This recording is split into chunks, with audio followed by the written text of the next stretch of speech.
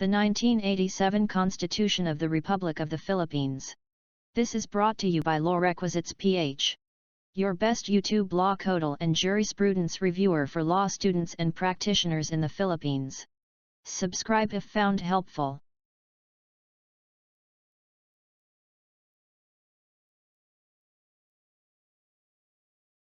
Preamble. We, the sovereign Filipino people, imploring the aid of Almighty God, in order to build a just and humane society, and establish a government that shall embody our ideals and aspirations, promote the common good, conserve and develop our patrimony, and secure to ourselves and our posterity, the blessings of independence and democracy under the rule of law and a regime of truth, justice, freedom, love, equality, and peace, do ordain and promulgate this Constitution.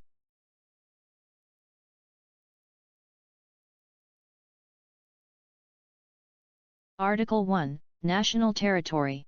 The national territory comprises the Philippine archipelago, with all the islands and waters embraced therein, and all other territories over which the Philippines has sovereignty or jurisdiction, consisting of its terrestrial, fluvial, and aerial domains, including its territorial sea, the seabed, the subsoil, the insular shelves, and other submarine areas. The waters around, between, and connecting the islands of the archipelago, regardless of their breadth and dimensions, form part of the internal waters of the Philippines.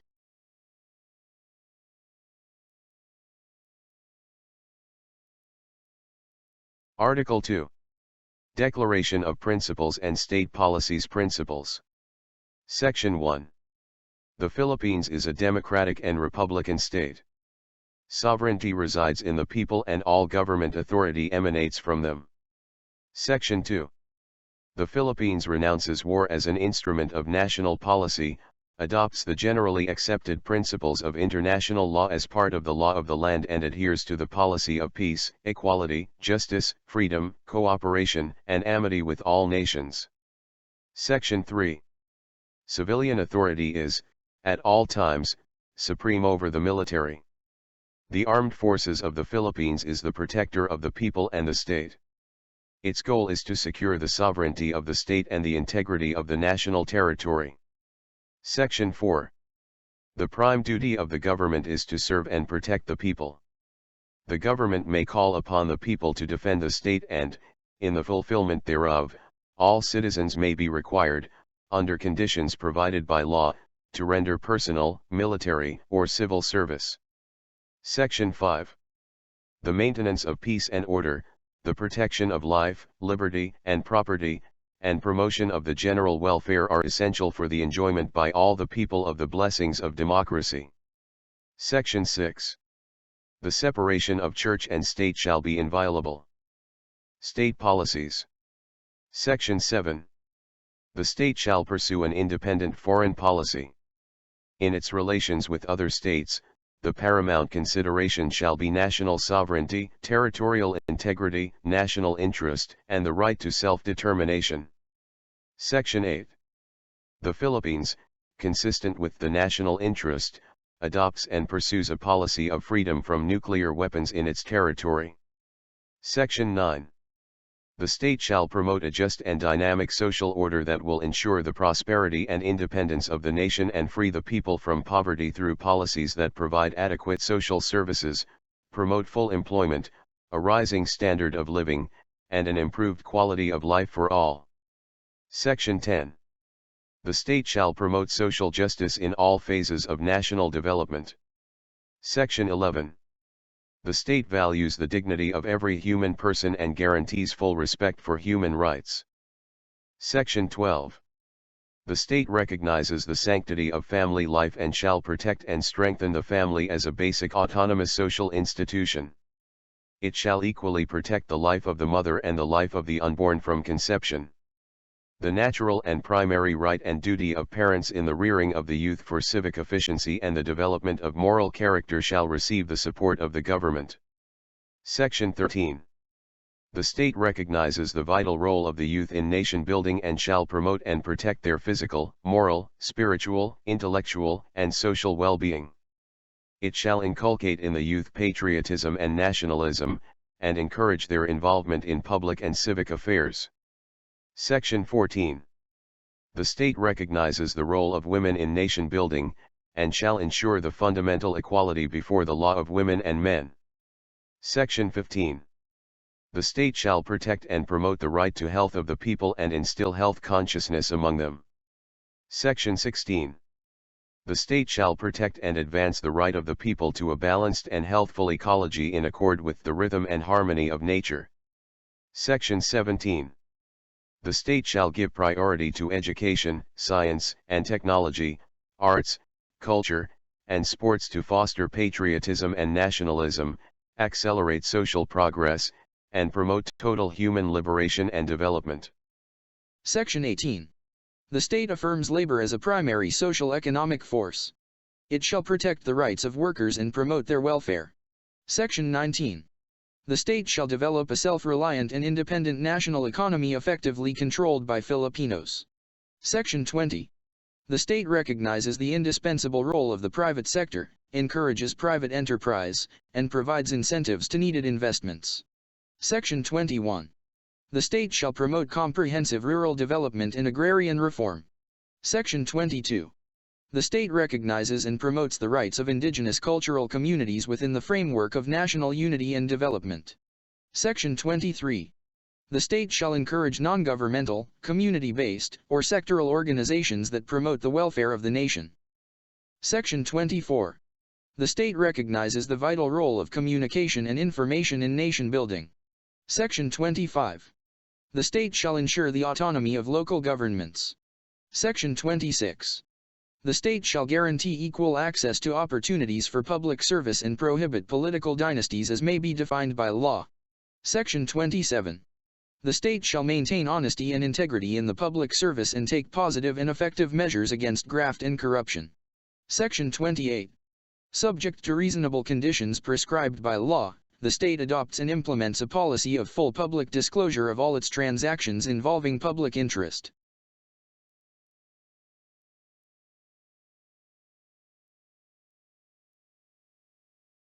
Article 3, Bill of Rights. Section 1. No person shall be deprived of life, liberty, or property without due process of law, nor shall any person be denied the equal protection of the laws. Section 2. The right of the people to be secure in their persons, houses, papers, and effects against unreasonable searches and seizures of whatever nature and for any purpose shall be inviolable, and no search warrant or warrant of arrest shall issue except upon probable cause to be determined personally by the judge after examination under oath or affirmation of the complainant and the witnesses he may produce, and particularly describing the place to be searched and the persons or things to be seized. Section 3. The privacy of communication and correspondence shall be inviolable except upon lawful order of the court, or when public safety or order requires otherwise, as prescribed by law. Any evidence obtained in violation of this or the preceding section shall be inadmissible for any purpose in any proceeding. Section 4. No law shall be passed abridging the freedom of speech, of expression, or of the press, or the right of the people peaceably to assemble and petition the government for redress of grievances. Section 5.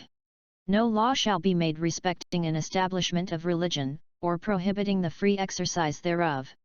The free exercise and enjoyment of religious profession and worship, without discrimination or preference, shall forever be allowed.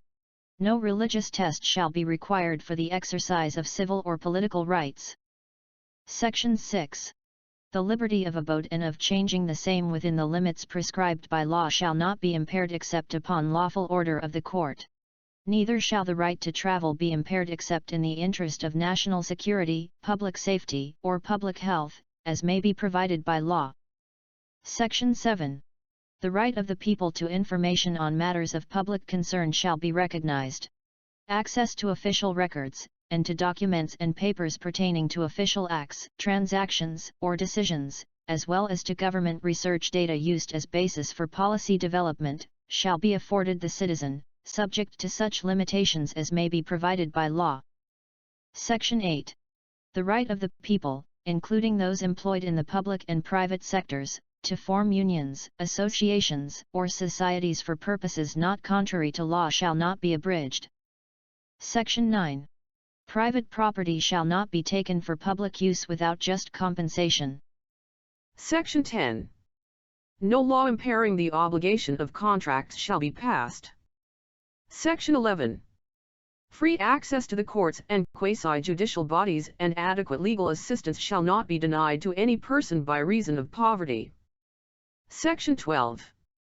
Any person under investigation for the commission of an offence shall have the right to be informed of his right to remain silent and to have competent and independent counsel, preferably of his own choice.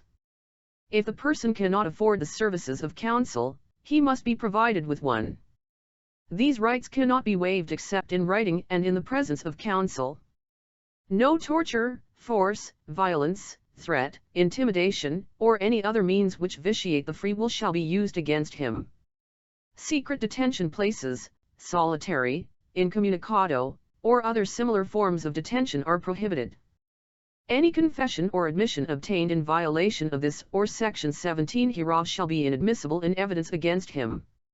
The law shall provide for penal and civil sanctions for violations of this section, as well as compensation to the rehabilitation of victims of torture or similar practices, and their families. Section 13. All persons, except those charged with offences punishable by reclusion perpetua when evidence of guilt is strong, shall, before conviction, be bailable by sufficient sureties, or be released on recognizance as may be provided by law. The right to bail shall not be impaired even when the privilege of the writ of habeas corpus is suspended. Excessive bail shall not be required. Section 14. No person shall be held to answer for a criminal offence without due process of law. In all criminal prosecutions, the accused shall be presumed innocent until the contrary is proved, and shall enjoy the right to be heard by himself and counsel, to be informed of the nature and cause of the accusation against him, to have a speedy, impartial, and public trial, to meet the witnesses face to face, and to have compulsory process to secure the attendance of witnesses and the production of evidence in his behalf. However, after arraignment, trial may proceed notwithstanding the absence of the accused, provided that he has been duly notified and his failure to appear is unjustifiable. Section 15. The privilege of the writ of habeas corpus shall not be suspended except in cases of invasion or rebellion, when the public safety requires it. Section 16. All persons shall have the right to a speedy disposition of their cases before all judicial, quasi-judicial, or administrative bodies. Section 17. No person shall be compelled to be a witness against himself. Section 18. No person shall be detained solely by reason of his political beliefs and aspirations. No involuntary servitude in any form shall exist except as a punishment for a crime whereof the party shall have been duly convicted. Section 19. Excessive fines shall not be imposed, nor cruel, degrading or inhuman punishment inflicted. Neither shall death penalty be imposed, unless, for compelling reasons involving heinous crimes, the Congress hereafter provides for it. Any death penalty already imposed shall be reduced to reclusion perpetua. The employment of physical, psychological, or degrading punishment against any prisoner or detainee or the use of substandard or inadequate penal facilities under subhuman conditions shall be dealt with by law. Section 20. No person shall be imprisoned for debt or non-payment of a poll tax. Section 21. No person shall be twice put in jeopardy of punishment for the same offence. If an act is punished by a law and an ordinance, conviction or acquittal under either shall constitute a bar to another prosecution for the same act. Section 22. No ex post facto law or bill of ada inde shall be enacted.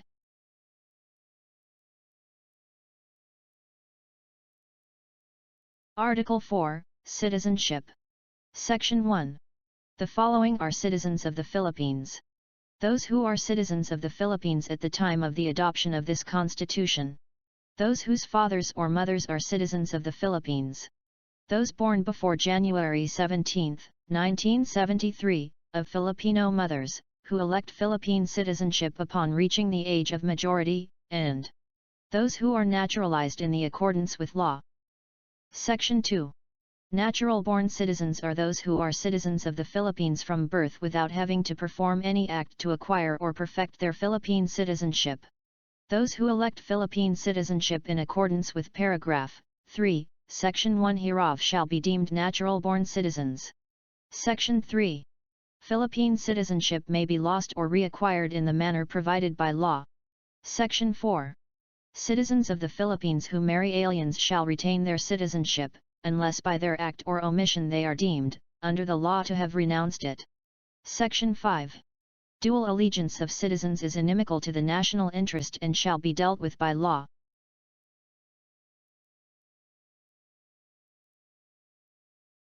Article V. Suffrage. Section 1. Suffrage may be exercised by all citizens of the Philippines, not otherwise disqualified by law, who are at least 18 years of age, and who shall have resided in the Philippines for at least 1 year and in the place wherein they propose to vote, for at least 6 months immediately preceding the election. No literacy, property, or other substantive requirement shall be imposed on the exercise of suffrage. Section 2. The Congress shall provide a system for securing the secrecy and sanctity of the ballot as well as a system for absentee voting by qualified Filipinos abroad. The Congress shall also design a procedure for the disabled and the illiterates to vote without the assistance of other persons. Until then, they shall be allowed to vote under existing laws and such rules as the Commission on Elections may promulgate to protect the secrecy of the ballot.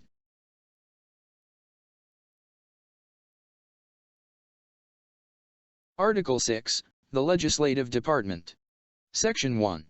The legislative power shall be vested in the Congress of the Philippines, which shall consist of a Senate and a House of Representatives, except to the extent reserved to the people by the provision on initiative and referendum. Section 2. The Senate shall be composed of 24 senators who shall be elected at large by the qualified voters of the Philippines, as may be provided by law. Section 3. No person shall be a senator unless he is a natural-born citizen of the Philippines and, on the day of the election, is at least 35 years of age, able to read and write, a registered voter, and a resident of the Philippines for not less than 2 years immediately preceding the day of the election. Section 4. The term of office of the senators shall be 6 years and shall commence, unless otherwise provided by law, at noon on the 30th day of June next following their election. No senator shall serve for more than 2 consecutive terms. Voluntary renunciation of the office for any length of time shall not be considered as an interruption in the continuity of his service for the full term of which he was elected. Section 5. The House of Representatives shall be composed of not more than 250 members, unless otherwise fixed by law, who shall be elected from legislative districts apportioned among the provinces, cities, and the metropolitan Manila area in accordance with the number of their respective inhabitants, and on the basis of a uniform and progressive ratio, and those who, as provided by law, shall be elected through a party list system of registered national, regional, and sectoral parties or organizations. The party list representatives shall constitute 20% of the total number of representatives including those under the party list. For 3 consecutive terms after the ratification of this Constitution, 1/2 of the seats allocated to party list representatives shall be filled, as provided by law, by selection or election from the labor, peasant, urban poor, indigenous cultural communities, women, youth, and such other sectors as may be provided by law, except the religious sector. Each legislative district shall comprise, as far as practicable, contiguous, compact, and adjacent territory. Each city with a population of at least 250,000, or each province, shall have at least 1 representative. Within 3 years following the return of every census, the Congress shall make a reapportionment of legislative districts based on the standards provided in this section. Section 6. No person shall be a member of the House of Representatives unless he is a natural-born citizen of the Philippines and, on the day of the election, is at least 25 years of age, able to read and write, and, except the party list representatives, a registered voter in the district in which he shall be elected, and a resident thereof for a period of not less than 1 year immediately preceding the day of the election. Section 7. The members of the House of Representatives shall be elected for a term of 3 years which shall begin, unless otherwise provided by law, at noon on the 30th day of June next following their election.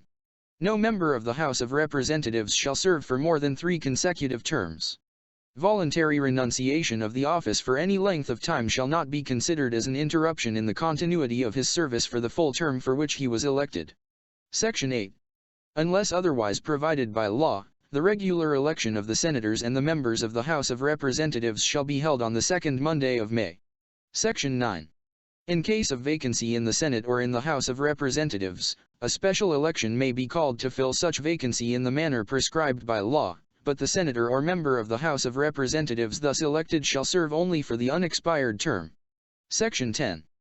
The salaries of senators and members of the House of Representatives shall be determined by law.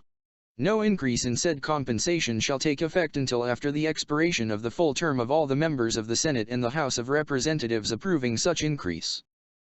Section 11. A senator or member of the House of Representatives shall, in all offenses punishable by not more than 6 years' imprisonment, be privileged from arrest while the Congress is in session.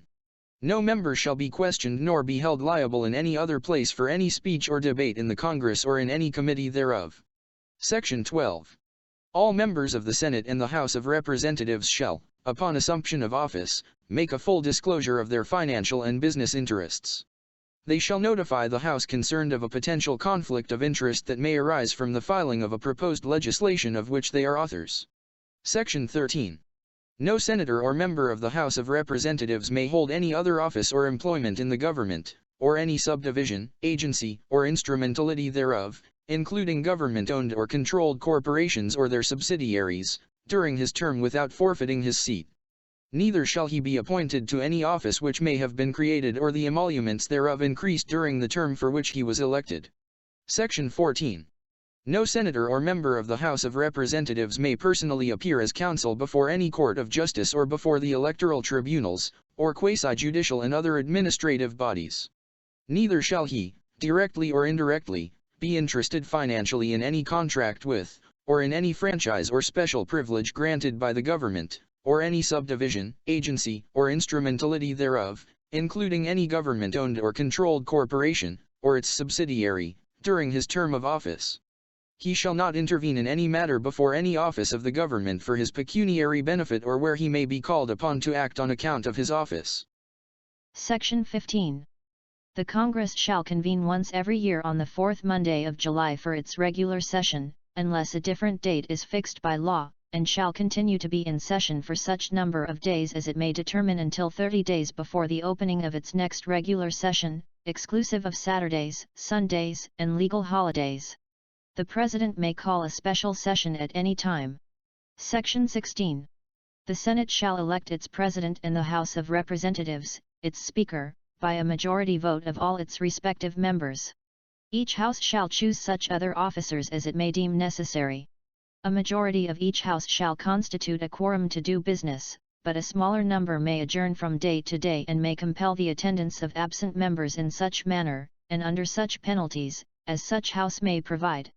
Each House may determine the rules of its proceedings, punish its members for disorderly behavior, and, with the concurrence of 2/3 of all its members, suspend or expel a member.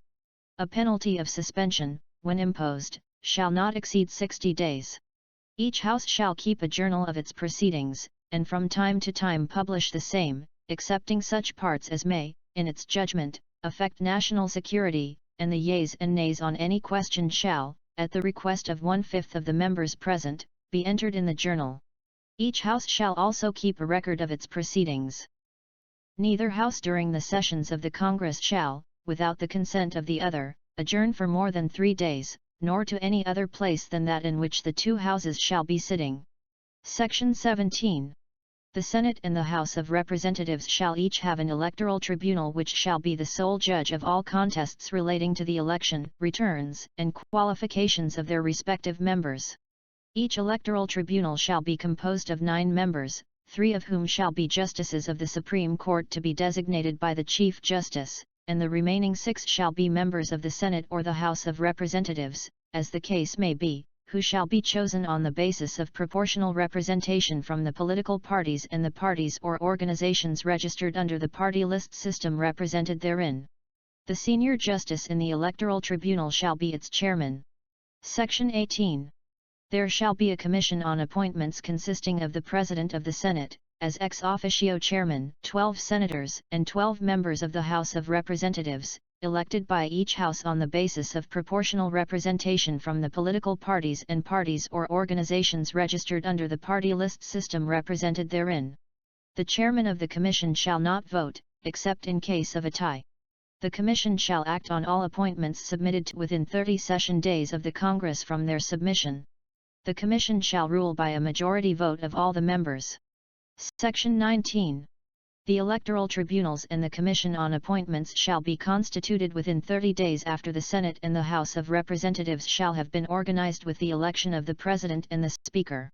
The Commission on Appointments shall meet only while the Congress is in session, at the call of its chairman or a majority of all its members, to discharge such powers and functions as are herein conferred upon it. Section 20.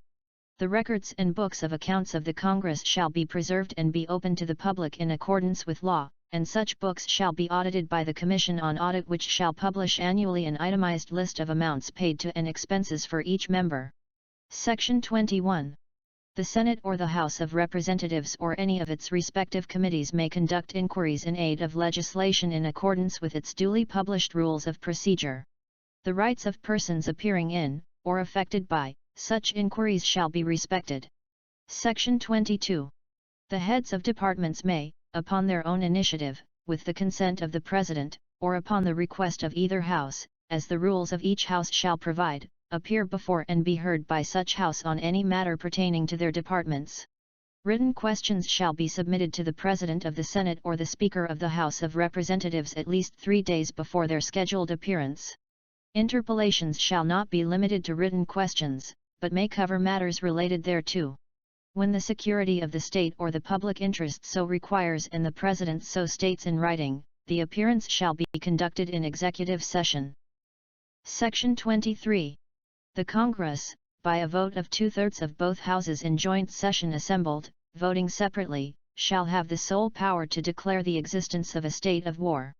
In times of war or other national emergency, the Congress may, by law, authorize the President, for a limited period and subject to such restrictions as it may prescribe, to exercise powers necessary and proper to carry out a declared national policy. Unless sooner withdrawn by resolution of the Congress, such powers shall cease upon the next adjournment thereof. Section 24.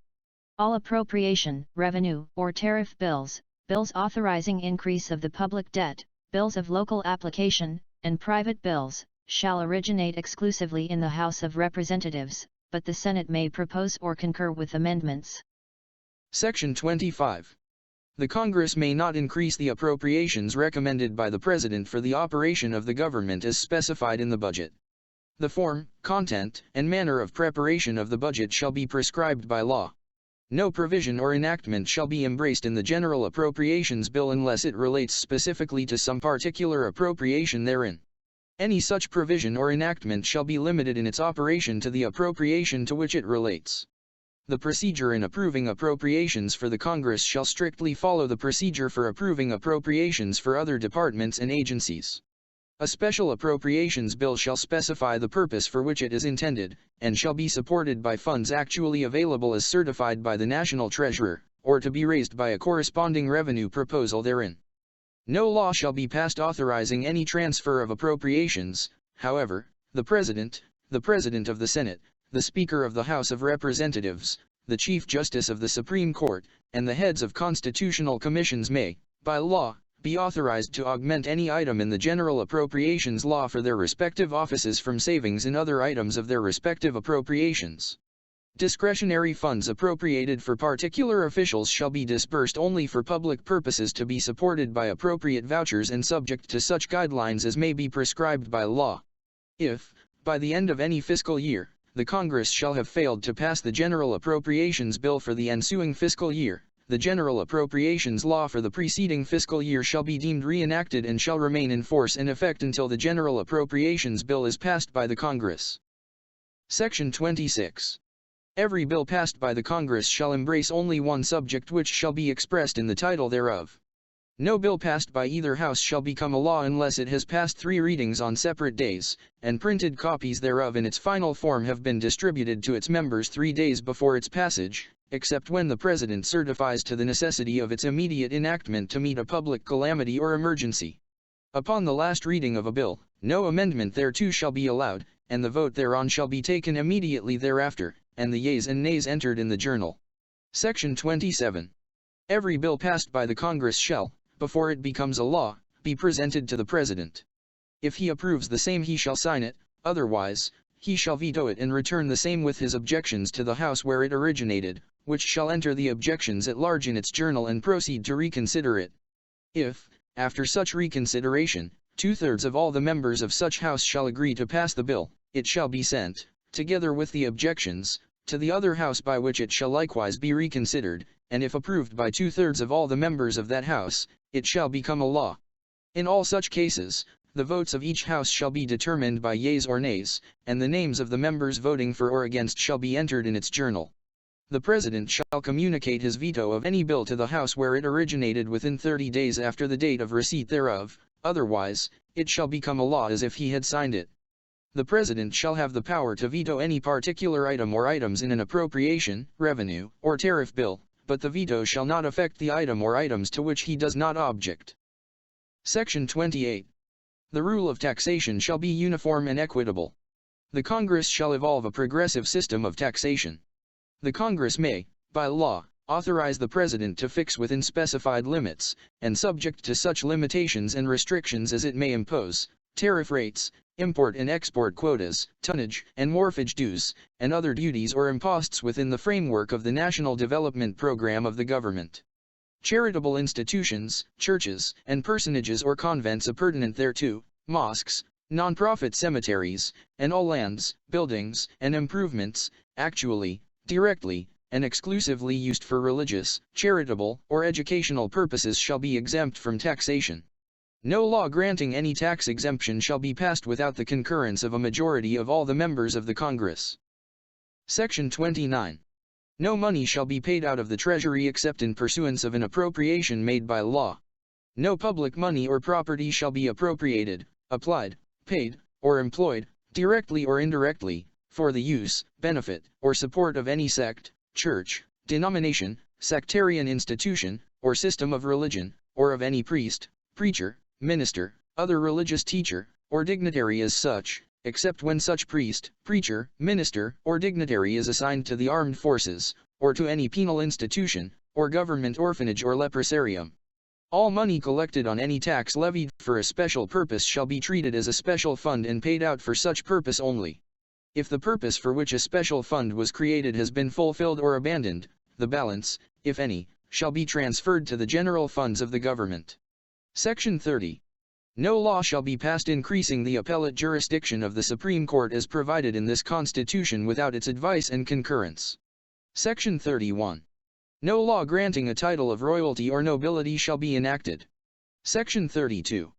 The Congress shall, as early as possible, provide for a system of initiative and referendum, and the exceptions therefrom, whereby the people can directly propose and enact laws or approve or reject any act or law or part thereof passed by the Congress or local legislative body after the registration of a petition therefor signed by at least 10% of the total number of registered voters, of which every legislative district must be represented by at least 3% of the registered voters thereof.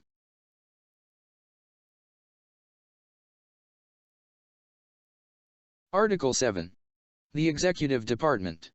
Section 1. The executive power shall be vested in the President of the Philippines. Section 2. No person may be elected president unless he is a natural-born citizen of the Philippines, a registered voter, able to read and write, at least 40 years of age on the day of the election, and a resident of the Philippines for at least 10 years immediately preceding such election. Section 3. There shall be a vice president who shall have the same qualifications and term of office and be elected with, and in the same manner, as the president. He may be removed from office in the same manner as the president. The vice president may be appointed as a member of the cabinet. Such appointment requires no confirmation. Section 4.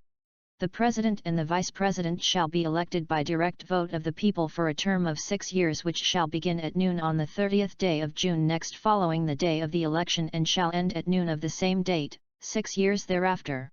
The President shall not be eligible for any re-election. No person who has succeeded as President and has served as such for more than 4 years shall be qualified for election to the same office at any time. No Vice President shall serve for more than 2 successive terms. Voluntary renunciation of the office for any length of time shall not be considered as an interruption in the continuity of the service for the full term for which he was elected. Unless otherwise provided by law, the regular election for President and Vice President shall be held on the second Monday of May. The returns of every election for President and Vice President, duly certified by the Board of Canvassers of each province or city, shall be transmitted to the Congress, directed to the President of the Senate. Upon receipt of the certificates of canvass, the President of the Senate shall, not later than 30 days after the day of the election, open all the certificates in the presence of the Senate and the House of Representatives in joint public session, and the Congress, upon determination of the authenticity and due execution thereof in the manner provided by law, canvass the votes. The person having the highest number of votes shall be proclaimed elected, but in case two or more shall have an equal and highest number of votes, one of them shall forthwith be chosen by the vote of a majority of all the members of both houses of the Congress, voting separately. The Congress shall promulgate its rules for the canvassing of the certificates. The Supreme Court, sitting en banc, shall be the sole judge of all contests relating to the election, returns, and qualifications of the President or Vice President, and may promulgate its rules for the purpose. Section 5. Before they enter on the execution of their office, the President, the Vice President, or the acting President shall take the following oath or affirmation. I do solemnly swear, or affirm, that I will faithfully and conscientiously fulfill my duties as President, or Vice President or acting President, of the Philippines, preserve and defend its Constitution, execute its laws, do justice to every man, and consecrate myself to the service of the nation. So help me God. In case of affirmation, last sentence will be omitted. Section 6. The President shall have an official residence. The salaries of the President and Vice President shall be determined by law and shall not be decreased during their tenure. No increase in said compensation shall take effect until after the expiration of the term of the incumbent during which such increase was approved. They shall not receive during their tenure any other emolument from the government or any other source. Section 7. The President-elect and the Vice President-elect shall assume office at the beginning of their terms. If the President-elect fails to qualify, the Vice President-elect shall act as President until the President-elect shall have qualified. If a President shall not have been chosen, the Vice President-elect shall act as President until a President shall have been chosen and qualified. If at the beginning of the term of the President-elect shall have died or shall have become permanently disabled, the Vice President-elect shall become President.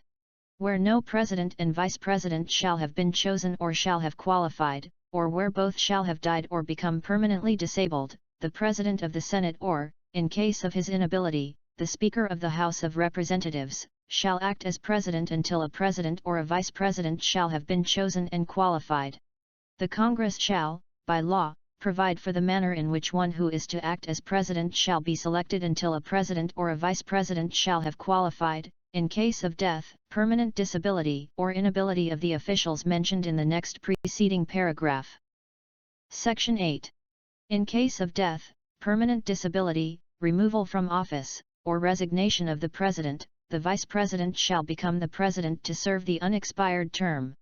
In case of death, permanent disability, removal from office, or resignation of both the President and Vice President, the President of the Senate or, in case of his inability, the Speaker of the House of Representatives, shall then act as President until the President or Vice President shall have been elected and qualified. The Congress shall, by law, provide who shall serve as President in case of death, permanent disability or resignation of the acting President. He shall serve until the President or the Vice President shall have been elected and qualified, and be subject to the same restrictions of powers and disqualifications as the acting President. Section 9. Whenever there is a vacancy in the office of the Vice President during the term for which he was elected, the President shall nominate a Vice President from among the members of the Senate and the House of Representatives who shall assume office upon confirmation by a majority vote of all the members of both houses of the Congress, voting separately. Section 10. The Congress shall, at 10 o'clock in the morning of the third day after the vacancy in the offices of the President and Vice President occurs, convene in accordance with its rules without need of a call and within 7 days, enact a law calling for a special election to elect a President and a Vice President to be held not earlier than 45 days nor later than 60 days from the time of such call. The bill calling such special election shall be deemed certified under paragraph 2, section 26, Article V1 of this Constitution and shall become law upon its approval on third reading by the Congress. Appropriations for the special election shall be charged against any current appropriations and shall be exempt from the requirements of paragraph 4, section 25, article V1 of this Constitution. The convening of the Congress cannot be suspended nor the special election postponed. No special election shall be called if the vacancy occurs within 18 months before the date of the next presidential election. Section 11. Whenever the President transmits to the President of the Senate and the Speaker of the House of Representatives his written declaration that he is unable to discharge the powers and duties of his office, and until he transmits to them a written declaration to the contrary, such powers and duties shall be discharged by the Vice President as acting President. Whenever a majority of all the members of the Cabinet transmit to the President of the Senate and to the Speaker of the House of Representatives their written declaration that the President is unable to discharge the powers and duties of his office, the Vice President shall immediately assume the powers and duties of the office as acting President. Thereafter, when the President transmits to the President of the Senate and to the Speaker of the House of Representatives his written declaration that no inability exists, he shall reassume the powers and duties of his office. Meanwhile, should a majority of all the members of the Cabinet transmit within 5 days to the President of the Senate and to the Speaker of the House of Representatives, their written declaration that the President is unable to discharge the powers and duties of his office, the Congress shall decide the issue. For that purpose, the Congress shall convene, if it is not in session, within 48 hours, in accordance with its rules and without need of call. If the Congress, within 10 days after receipt of the last written declaration, or, if not in session, within 12 days after it is required to assemble, determines by a 2/3 vote of both houses, voting separately, that the President is unable to discharge the powers and duties of his office, the Vice President shall act as President, otherwise, the President shall continue exercising the powers and duties of his office. Section 12. In case of serious illness of the President, the public shall be informed of the state of his health. The members of the Cabinet in charge of national security and foreign relations and the Chief of Staff of the Armed Forces of the Philippines, shall not be denied access to the President during such illness. Section 13. The President, Vice President, the members of the Cabinet, and their deputies or assistants shall not, unless otherwise provided in this Constitution, hold any other office or employment during their tenure. They shall not, during said tenure, directly or indirectly, practice any other profession, participate in any business, or be financially interested in any contract with, or in any franchise, or special privilege granted by the government or any subdivision, agency, or instrumentality thereof, including government-owned or controlled corporations or their subsidiaries. They shall strictly avoid conflict of interest in the conduct of their office. The spouse and relatives by consanguinity or affinity within the 4th civil degree of the President shall not, during his tenure, be appointed as members of the constitutional commissions, or the office of the Ombudsman, or as secretaries, undersecretaries, chairmen, or heads of bureaus or offices, including government-owned or controlled corporations and their subsidiaries. Section 14. Appointments extended by an acting President shall remain effective, unless revoked by the elected President, within 90 days from his assumption or reassumption of office. Section 15. 2 months immediately before the next presidential elections and up to the end of his term, a President or acting President shall not make appointments, except temporary appointments to executive positions when continued vacancies therein will prejudice public service or endanger public safety. Section 16. The President shall nominate and, with the consent of the Commission on Appointments, appoint the heads of the executive departments, ambassadors, other public ministers and consuls, or officers of the armed forces from the rank of colonel or naval captain, and other officers whose appointments are vested in him in this Constitution. He shall also appoint all other officers of the government whose appointments are not otherwise provided for by law, and those whom he may be authorized by law to appoint. The Congress may, by law, vest the appointment of other officers lower in rank in the President alone, in the courts, or in the heads of departments, agencies, commissions, or boards. The President shall have the power to make appointments during the recess of the Congress, whether voluntary or compulsory, but such appointments shall be effective only until disapproved by the Commission on Appointments or until the next adjournment of the Congress. Section 17. The President shall have control of all the executive departments, bureaus, and offices. He shall ensure that the laws be faithfully executed. Section 18. The President shall be the Commander-in-Chief of all armed forces of the Philippines, and whenever it becomes necessary, he may call out such armed forces to prevent or suppress lawless violence, invasion, or rebellion. In case of invasion or rebellion, when the public safety requires it, he may, for a period not exceeding 60 days, suspend the privilege of the writ of habeas corpus or place the Philippines or any part thereof under martial law. Within 48 hours from the proclamation of martial law or the suspension of the privilege of the writ of habeas corpus, the President shall submit a report in person or in writing to the Congress. The Congress, voting jointly, by a vote of at least a majority of all its members in regular or special session, may revoke such proclamation or suspension, which revocation shall not be set aside by the President.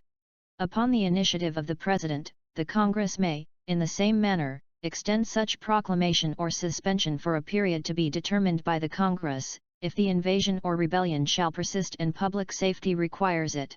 The Congress, if not in session, shall, within 24 hours following such proclamation or suspension, convene in accordance with its rules without need of a call. The Supreme Court may review, in an appropriate proceeding filed by any citizen, the sufficiency of the factual basis of the proclamation of martial law or the suspension of the privilege of the writ or the extension thereof, and must promulgate its decision thereon within 30 days from its filing. A state of martial law does not suspend the operation of the Constitution, nor supplant the functioning of the civil courts or legislative assemblies, nor authorize the conferment of jurisdiction on military courts and agencies over civilians where civil courts are able to function, nor automatically suspend the privilege of the writ. The suspension of the privilege of the writ shall apply only to persons judicially charged for rebellion or offences inherent in or directly connected with invasion. During the suspension of the privilege of the writ, any person thus arrested or detained shall be judicially charged within 3 days, otherwise he shall be released. Section 19. Except in cases of impeachment, or as otherwise provided in this Constitution, the President may grant reprieves, commutations, and pardons, and remit fines and forfeitures, after conviction by final judgment. He shall also have the power to grant amnesty with the concurrence of a majority of all the members of the Congress. Section 20. The President may contract or guarantee foreign loans on behalf of the Republic of the Philippines with the prior concurrence of the Monetary Board, and subject to such limitations as may be provided by law. The Monetary Board shall, within 30 days from the end of every quarter of the calendar year, submit to the Congress a complete report of its decision on applications for loans to be contracted or guaranteed by the government or government-owned and controlled corporations which would have the effect of increasing the foreign debt, and containing other matters as may be provided by law. Section 21.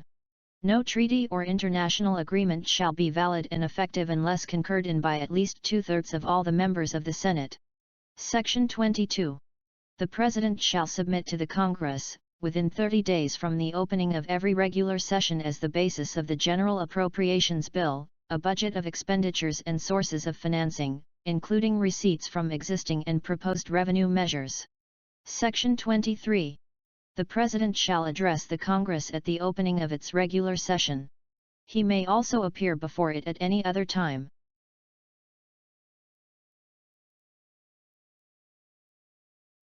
Article 8. Judicial Department. Section 1. The judicial power shall be vested in one Supreme Court and in such lower courts as may be established by law. Judicial power includes the duty of the courts of justice to settle actual controversies involving rights which are legally demandable and enforceable, and to determine whether or not there has been a grave abuse of discretion amounting to lack or excess of jurisdiction on the part of any branch or instrumentality of the government. Section 2.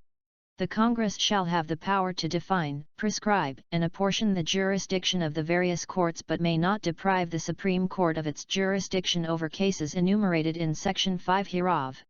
No law shall be passed reorganizing the judiciary when it undermines the security of tenure of its members. Section 3.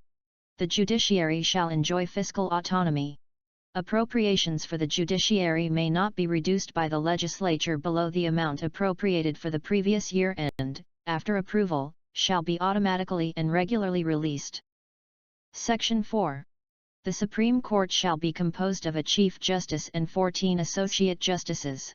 It may sit en banc or in its discretion, in division of 3, 5, or 7 members. Any vacancy shall be filled within 90 days from the occurrence thereof.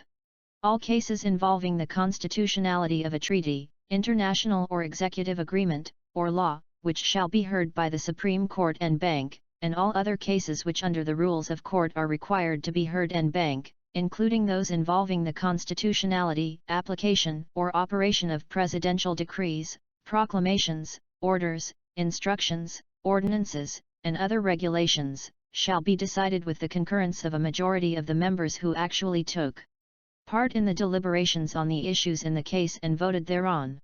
Cases or matters heard by a division shall be decided or resolved with the concurrence of a majority of the members who actually took part in the deliberations on the issues in the case and voted thereon, and in no case without the concurrence of at least 3 of such members. When the required number is not obtained, the case shall be decided en banc, provided that no doctrine or principle of law laid down by the court in a decision rendered en banc or in division may be modified or reversed except by the court sitting en banc. Section 5. The Supreme Court shall have the following powers. Exercise original jurisdiction over cases affecting ambassadors, other public ministers and consuls, and over petitions for certiorari, prohibition, mandamus, quo warranto, and habeas corpus. Review, revise, reverse, modify, or affirm on appeal or certiorari, as the law or the rules of court may provide, final judgments and orders of lower courts in all cases in which the constitutionality or validity of any treaty, international or executive agreement, law, presidential decree, proclamation, order, instruction, ordinance, or regulation is in question. All cases involving the legality of any tax, impost, assessment, or toll, or any penalty imposed in relation thereto. All cases in which the jurisdiction of any lower court is an issue. All criminal cases in which the penalty imposed is reclusion perpetua or higher. All cases in which only an error or question of law is involved. Assign temporarily judges of lower courts to other stations as public interest may require. Such temporary assignment shall not exceed 6 months without the consent of the judge concerned. Order a change of venue or place of trial to avoid a miscarriage of justice. Promulgate rules concerning the protection and enforcement of constitutional rights, pleading, practice, and procedure in all courts, the admission to the practice of law, the integrated bar, and legal assistance to the underprivileged. Such rules shall provide a simplified and inexpensive procedure for the speedy disposition of cases, shall be uniform for all courts of the same grade, and shall not diminish, increase, or modify substantive rights. Rules of procedure of special courts and quasi-judicial bodies shall remain effective unless disapproved by the Supreme Court. Appoint all officials and employees of the judiciary in accordance with the civil service law. Section 6. The Supreme Court shall have administrative supervision over all courts and the personnel thereof. Section 7. No person shall be appointed member of the Supreme Court or any lower collegiate court unless he is a natural-born citizen of the Philippines. A member of the Supreme Court must be at least 40 years of age, and must have been for 15 years or more, a judge of a lower court or engaged in the practice of law in the Philippines. The Congress shall prescribe the qualifications of judges of lower courts, but no person may be appointed judge thereof unless he is a citizen of the Philippines and a member of the Philippine Bar. A member of the judiciary must be a person of proven competence, integrity, probity, and independence. Section 8. A Judicial and Bar Council is hereby created under the supervision of the Supreme Court, composed of the Chief Justice as ex officio chairman, the Secretary of Justice, and a representative of the Congress as ex officio members, a representative of the Integrated Bar, a professor of law, a retired member of the Supreme Court, and a representative of the private sector. The regular members of the Council shall be appointed by the President for a term of 4 years with the consent of the Commission on Appointments. Of the members first appointed, the representative of the Integrated Bar shall serve for 4 years, the professor of law for 3 years, the retired justice for 2 years, and the representative of the private sector for 1 year. The clerk of the Supreme Court shall be the secretary ex officio of the council and shall keep a record of its proceedings. The regular members of the council shall receive such emoluments as may be determined by the Supreme Court. The Supreme Court shall provide in its annual budget the appropriations for the council. The council shall have the principal function of recommending appointees to the judiciary. It may exercise such other functions and duties as the Supreme Court may assign to it. Section 9. The members of the Supreme Court and judges of lower courts shall be appointed by the President from a list of at least 3 nominees preferred by the Judicial and Bar Council for every vacancy. Such appointments need no confirmation. For the lower courts, the President shall issue the appointment within 90 days from the submission of the list. Section 10. The salary of the Chief Justice and of the Associate Justices of the Supreme Court, and of judges of lower courts shall be fixed by law. During the continuance in office, their salary shall not be decreased. Section 11. The members of the Supreme Court and judges of the lower court shall hold office during good behavior until they reach the age of 70 years or become incapacitated to discharge the duties of their office. The Supreme Court and Bank shall have the power to discipline judges of lower courts, or order their dismissal by a vote of majority of the members who actually took part in the deliberations on the issues in the case and voted in thereon. Section 12. The members of the Supreme Court and of other courts established by law shall not be designated to any agency performing quasi-judicial or administrative function. Section 13. The conclusions of the Supreme Court in any case submitted to it for the decision en banc or in division shall be reached in consultation before the case assigned to a member for the writing of the opinion of the court. A certification to this effect signed by the Chief Justice shall be issued and a copy thereof attached to the record of the case and served upon the parties. Any member who took no part, or dissented, or abstained from a decision or resolution must state the reason therefor. The same requirements shall be observed by all lower collegiate court. Section 14. No decision shall be rendered by any court without expressing therein clearly and distinctly the facts and the law on which it is based. No petition for review or motion for reconsideration of a decision of the court shall be refused due course or denied without stating the legal basis therefor. Section 15. All cases or matters filed after the effectivity of this Constitution must be decided or resolved within 24 months from date of submission for the Supreme Court, and, unless reduced by the Supreme Court, 12 months for all lower collegiate courts, and 3 months for all other lower courts. A case or matter shall be deemed submitted for decision or resolution upon the filing of the last pleading, brief, or memorandum required by the rules of court or by the court itself. Upon the expiration of the corresponding period, a certification to this effect signed by the Chief Justice or the presiding judge shall forthwith be issued and a copy thereof attached to the record of the case or matter, and served upon the parties. The certification shall state why a decision or resolution has not been rendered or issued within said period. Despite the expiration of the applicable mandatory period, the court, without prejudice to such responsibility as may have been incurred in consequence thereof, shall decide or resolve the case or matter submitted thereto for determination, without further delay. Section 16. The Supreme Court shall, within 30 days from the opening of each regular session of the Congress, submit to the President and the Congress an annual report on the operations and activities of the judiciary.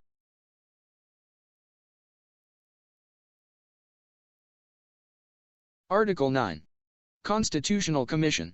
A common provisions. Section 1. The constitutional commissions, which shall be independent, are the Civil Service Commission, the Commission on Elections, and the Commission on Audit. Section 2. No member of a constitutional commission shall, during his tenure, hold any other office or employment.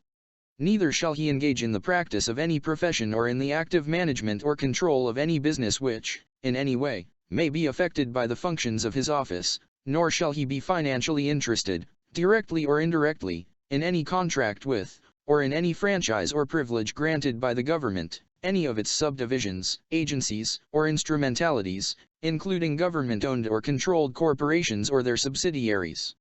Section 3. The salary of the chairman and the commissioners shall be fixed by law and shall not be decreased during their tenure. Section 4. The constitutional commissions shall appoint their officials and employees in accordance with law. Section 5. The commission shall enjoy fiscal autonomy. Their approved annual appropriations shall be automatically and regularly released. Section 6. Each commission and bank may promulgate its own rules concerning pleadings and practice before it or before any of its offices. Such rules, however, shall not diminish, increase, or modify substantive rights. Section 7. Each commission shall decide by a majority vote of all its members, any case, or matter brought before it within 60 days from the date of its submission for decision or resolution. A case or matter is deemed submitted for decision or resolution upon the filing of the last pleading, brief, or memorandum required by the rules of the Commission or by the Commission itself. Unless otherwise provided by this Constitution or by law, any decision, order, or ruling of each Commission may be brought to the Supreme Court on certiorari by the aggrieved party within 30 days from receipt of a copy thereof. Section 8. Each Commission shall perform such other functions as may be provided by law. B. The Civil Service Commission. Section 1. The civil service shall be administered by the Civil Service Commission, composed of a chairman and 2 commissioners who shall be natural-born citizens of the Philippines and, at the time of their appointment, at least 35 years of age, with proven capacity for public administration, and must not have been candidates for any elective position in the elections immediately preceding their appointment. The chairman and the commissioners shall be appointed by the President with the consent of the Commission on Appointments for a term of 7 years without reappointment. Of those first appointed, the chairman shall hold office for 7 years, a commissioner for 5 years, and another commissioner for 3 years, without reappointment. Appointment to any vacancy shall be only for the unexpired term of the predecessor. In no case shall any member be appointed or designated in a temporary or acting capacity. Section 2.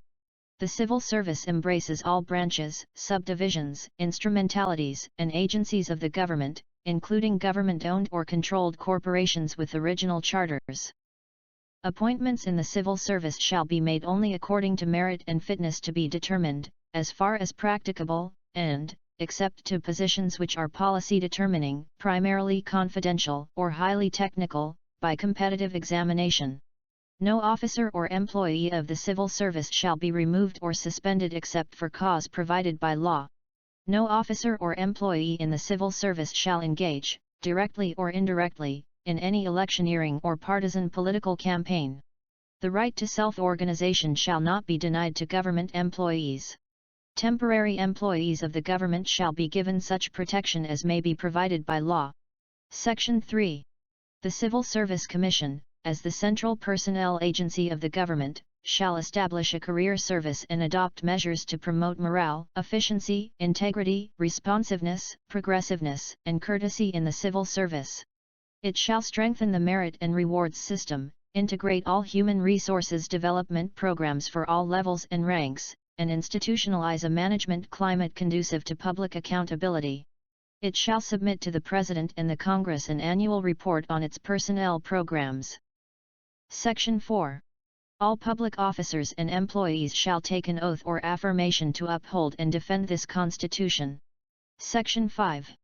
The Congress shall provide for the standardization of compensation of government officials and employees, including those in government-owned or controlled corporations with original charters, taking into account the nature of the responsibilities pertaining to, and the qualifications required for, their positions. Section 6. No candidate who has lost in any election, shall within 1 year after such election, be appointed to any office in the government or any government-owned or controlled corporations or in any of their subsidiaries. Section 7. No elective official shall be eligible for appointment or designation in any capacity to any public office or position during his tenure. Unless otherwise allowed by law or by the primary functions of his position, no appointive official shall hold any other office or employment in the government or any subdivision, agency, or instrumentality thereof, including government-owned or controlled corporations or their subsidiaries. Section 8. No elective or appointive public officer or employee shall receive additional, double, or indirect compensation, unless specifically authorized by law, nor accept without the consent of the Congress, any present, emolument, office, or title of any kind from any foreign government. Pensions or gratuities shall not be considered as additional, double, or indirect compensation. Commission on Elections. Section 1. There shall be a Commission on Elections composed of a chairman and 6 commissioners who shall be natural-born citizens of the Philippines and, at the time of their appointment, at least 35 years of age, holders of a college degree, and must not have been candidates for any elective positions in the immediately preceding elections. However, a majority thereof, including the chairman, shall be members of the Philippine Bar who have been engaged in the practice of law for at least 10 years. The chairman and the commissioners shall be appointed by the President with the consent of the Commission on Appointments for a term of 7 years without reappointment. Of those first appointed, 3 members shall hold office for 7 years, 2 members for 5 years, and the last members for 3 years, without reappointment. Appointment to any vacancy shall be only for the unexpired term of the predecessor. In no case shall any member be appointed or designated in a temporary or acting capacity. Section 2. The Commission on Elections shall exercise the following powers and functions. Enforce and administer all laws and regulations relative to the conduct of an election, plebiscite, initiative, referendum, and recall. Exercise exclusive original jurisdiction over all contests relating to the elections, returns, and qualifications of all elective regional, provincial, and city officials, and appellate jurisdiction over all contests involving elective municipal officials decided by trial courts of general jurisdiction, or involving elective barangay officials decided by trial courts of limited jurisdiction. Decisions, final orders, or rulings of the Commission on Election contests involving elective municipal and barangay offices shall be final, executory, and not appealable. Decide, except those involving the right to vote, all questions affecting elections, including determination of the number and location of polling places, appointment of election officials and inspectors, and registration of voters. Deputize, with the concurrence of the President, law enforcement agencies and instrumentalities of the government, including the armed forces of the Philippines, for the exclusive purpose of ensuring free, orderly, honest, peaceful, and credible elections. Register, after sufficient publication, political parties, organizations, or coalitions which, in addition to other requirements, must present their platform or program of government, and accredit citizens' arms of the Commission on Elections. Religious denominations and sects shall not be registered. Those which seek to achieve their goals through violence or unlawful means, or refuse to uphold and adhere to this Constitution, or which are supported by any foreign government shall likewise be refused registration. Financial contributions from foreign governments and their agencies to political parties, organizations, coalitions, or candidates related to elections, constitute interference in national affairs, and, when accepted, shall be an additional ground for the cancellation of their registration with the Commission, in addition to other penalties that may be prescribed by law. File, upon a verified complaint, or on its own initiative, petitions in court for inclusion or exclusion of voters, investigate and, where appropriate, prosecute cases of violations of election laws, including acts or omissions constituting election frauds, offenses, and malpractices. Recommend to the Congress effective measures to minimize election spending, including limitation of places where propaganda materials shall be posted, and to prevent and penalize all forms of election frauds, offenses, malpractices, and nuisance candidacies. Recommend to the President the removal of any officer or employee it has deputized, or the imposition of any other disciplinary action, for violation or disregard of, or disobedience to, its directive, order, or decision. Submit to the President and the Congress a comprehensive report on the conduct of each election, plebiscite, initiative, referendum, or recall. Section 3. The Commission on Elections may sit and bank or in 2 divisions, and shall promulgate its rules of procedure in order to expedite disposition of election cases, including pre-proclamation controversies. All such election cases shall be heard and decided in division, provided that motions for reconsideration of decisions shall be decided by the Commission and bank. Section 4. The Commission may, during the election period, supervise or regulate the enjoyment or utilization of all franchises or permits for the operation of transportation and other public utilities, media of communication or information, all grants, special privileges, or concessions granted by the government or any subdivision, agency, or instrumentality thereof, including any government-owned or controlled corporation or its subsidiary. Such supervision or regulation shall aim to ensure equal opportunity, time, and space and the right to reply, including reasonable, equal rates therefor, for public information campaigns and forums among candidates in connection with the objective of holding free, orderly, honest, peaceful, and credible elections. Section 5. No pardon, amnesty, parole, or suspension of sentence for violation of election laws, rules, and regulations shall be granted by the President without the favorable recommendation of the Commission. Section 6. A free and open party system shall be allowed to evolve according to the free choice of the people, subject to the provisions of this article. Section 7. No votes cast in favor of a political party, organization, or coalition shall be valid, except for those registered under the party list system as provided in this Constitution. Section 8. Political parties, or organizations, or coalitions registered under the party list system, shall not be represented in the voters' registration boards, boards of election inspectors, boards of canvassers, or other similar bodies. However, they shall be entitled to appoint poll watchers in accordance with law. Section 9. Unless otherwise fixed by the Commission in special cases, the election period shall commence 90 days before the day of election and shall end 30 days thereafter. Section 10. Bona fide candidates for any public office shall be free from any form of harassment and discrimination. Section 11. Funds certified by the Commission as necessary to defray the expenses for holding regular and special elections, plebiscites, initiatives, referenda, and recalls, shall be provided in the regular or special appropriations and, once approved, shall be released automatically upon certification by the Chairman of the Commission. D. The Commission on Audit. Section 1. There shall be a Commission on Audit composed of a Chairman and 2 Commissioners, who shall be natural-born citizens of the Philippines and, at the time of their appointment, at least 35 years of age, certified public accountants with not less than 10 years of auditing experience, or members of the Philippine Bar who have been engaged in the practice of law for at least 10 years, and must not have been candidates for any elective position in the elections immediately preceding their appointment. At no time shall all members of the Commission belong to the same profession. The Chairman and the Commissioners shall be appointed by the President with the consent of the Commission on appointments for a term of 7 years without reappointment.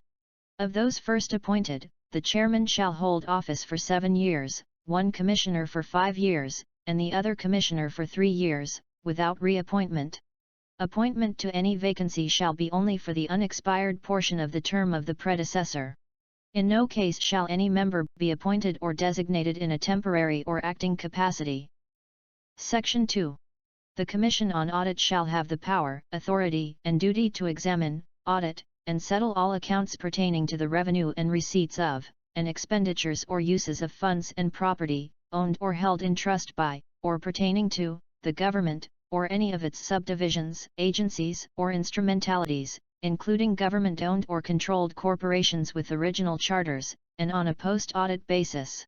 Constitutional bodies, commissions and offices that have been granted fiscal autonomy under this Constitution, autonomous state colleges and universities, other government-owned or controlled corporations and their subsidiaries, and such non-governmental entities receiving subsidy or equity, directly or indirectly, from or through the government, which are required by law or the granting institution to submit to such audit as a condition of subsidy or equity.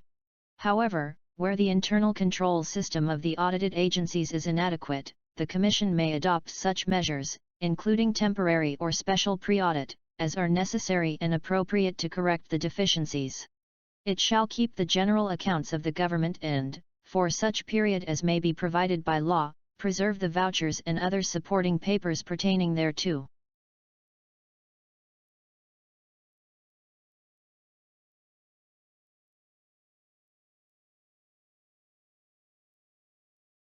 Article X, Local Government. General Provisions. Section 1. The territorial and political subdivisions of the Republic of the Philippines are the provinces, cities, municipalities, and barangays.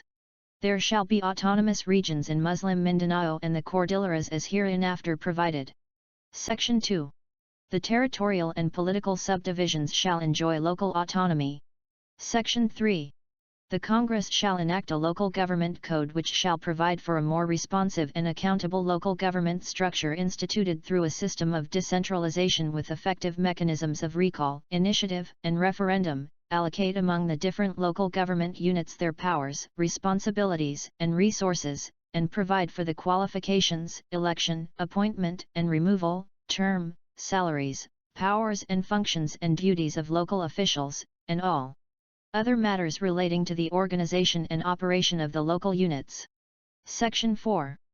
The President of the Philippines shall exercise general supervision over local governments, provinces with respect to component cities and municipalities, and cities and municipalities with respect to component barangays, shall ensure that the acts of their component units are within the scope of their prescribed powers and functions. Section 5. Each local government unit shall have the power to create its own sources of revenues and to levy taxes, fees, and charges subject to such guidelines and limitations as the Congress may provide, consistent with the basic policy of local autonomy. Such taxes, fees, and charges shall accrue exclusively to the local governments. Section 6. Local government units shall have a just share, as determined by law, in the national taxes which shall be automatically released to them. Section 7. Local governments shall be entitled to an equitable share in the proceeds of the utilization and development of the national wealth within their respective areas, in the manner provided by law, including sharing the same with the inhabitants by way of direct benefits. Section 8. The term of office of elective local officials, except barangay officials, which shall be determined by law, shall be 3 years and no such official shall serve for more than 3 consecutive terms. Voluntary renunciation of the office for any length of time shall not be considered as an interruption in the continuity of his service for the full term for which he was elected. Section 10. No province, city, municipality, or barangay may be created, divided, merged, abolished, or its boundary substantially altered, except in accordance with the criteria established in the local government code and subject to approval by a majority of the votes cast in a plebiscite in the political units directly affected. Section 11. The Congress may, by law, create special metropolitan political subdivisions, subject to a plebiscite as set forth in Section 10 hereof. The component cities and municipalities shall retain their basic autonomy and shall be entitled to their own local executive and legislative assemblies. The jurisdiction of the metropolitan authority that will thereby be created shall be limited to basic services requiring coordination. Section 12. Cities that are highly urbanized, as determined by law, and component cities whose charters prohibit their voters from voting for provincial elective officials, shall be independent of the province. The voters of component cities within a province, whose charters contain no such prohibition, shall not be deprived of their right to vote for elective provincial officials. Section 13. Local government units may group themselves, consolidate or coordinate their efforts, services, and resources for purposes commonly beneficial to them in accordance with law. Section 14. The President shall provide for regional development councils or other similar bodies composed of local government officials, regional heads of departments and other government offices, and representatives from non-governmental organizations within the regions for purposes of administrative decentralization to strengthen the autonomy of the units therein and to accelerate the economic and social growth and development of the units in the region. Autonomous regions. Section 15. There shall be created autonomous regions in Muslim Mindanao and in the Cordilleras consisting of provinces, cities, municipalities, and geographical areas sharing common and distinctive historical and cultural heritage, economic and social structures, and other relevant characteristics within the framework of this Constitution and the national sovereignty as well as territorial integrity of the Republic of the Philippines. Section 16. The President shall exercise general supervision over autonomous regions to ensure that laws are faithfully executed. Section 17. All powers, functions, and responsibilities not granted by this Constitution or by law to the autonomous regions shall be vested in the national government. Section 18. The Congress shall enact an organic act for each autonomous region with the assistance and participation of the Regional Consultative Commission composed of representatives appointed by the President from a list of nominees from multi-sectoral bodies. The Organic Act shall define the basic structure of government for the region consisting of the Executive Department and Legislative Assembly, both of which shall be elective and representative of the constituent political units. The Organic Acts shall likewise provide for special courts with personal, family, and property law jurisdiction consistent with the provisions of this Constitution and national laws. The creation of the autonomous region shall be effective when approved by majority of the votes cast by the constituent units in a plebiscite called for the purpose, provided that only provinces, cities, and geographic areas voting favorably in such plebiscite shall be included in the autonomous region. Section 19.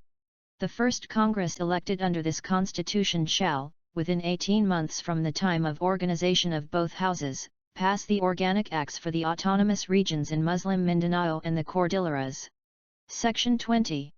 Within its territorial jurisdiction and subject to the provisions of this Constitution and national laws, the Organic Act of Autonomous Regions shall provide for legislative powers over, administrative organization, creation of sources of revenues, ancestral domain and natural resources, personal, family, and property relations, regional urban and rural planning development, economic, social, and tourism development, educational policies, preservation and development of the cultural heritage, and such other matters as may be authorized by law for the promotion of the general welfare of the people of the region.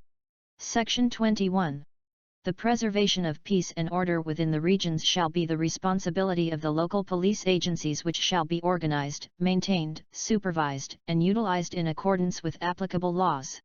The defense and security of the regions shall be the responsibility of the national government.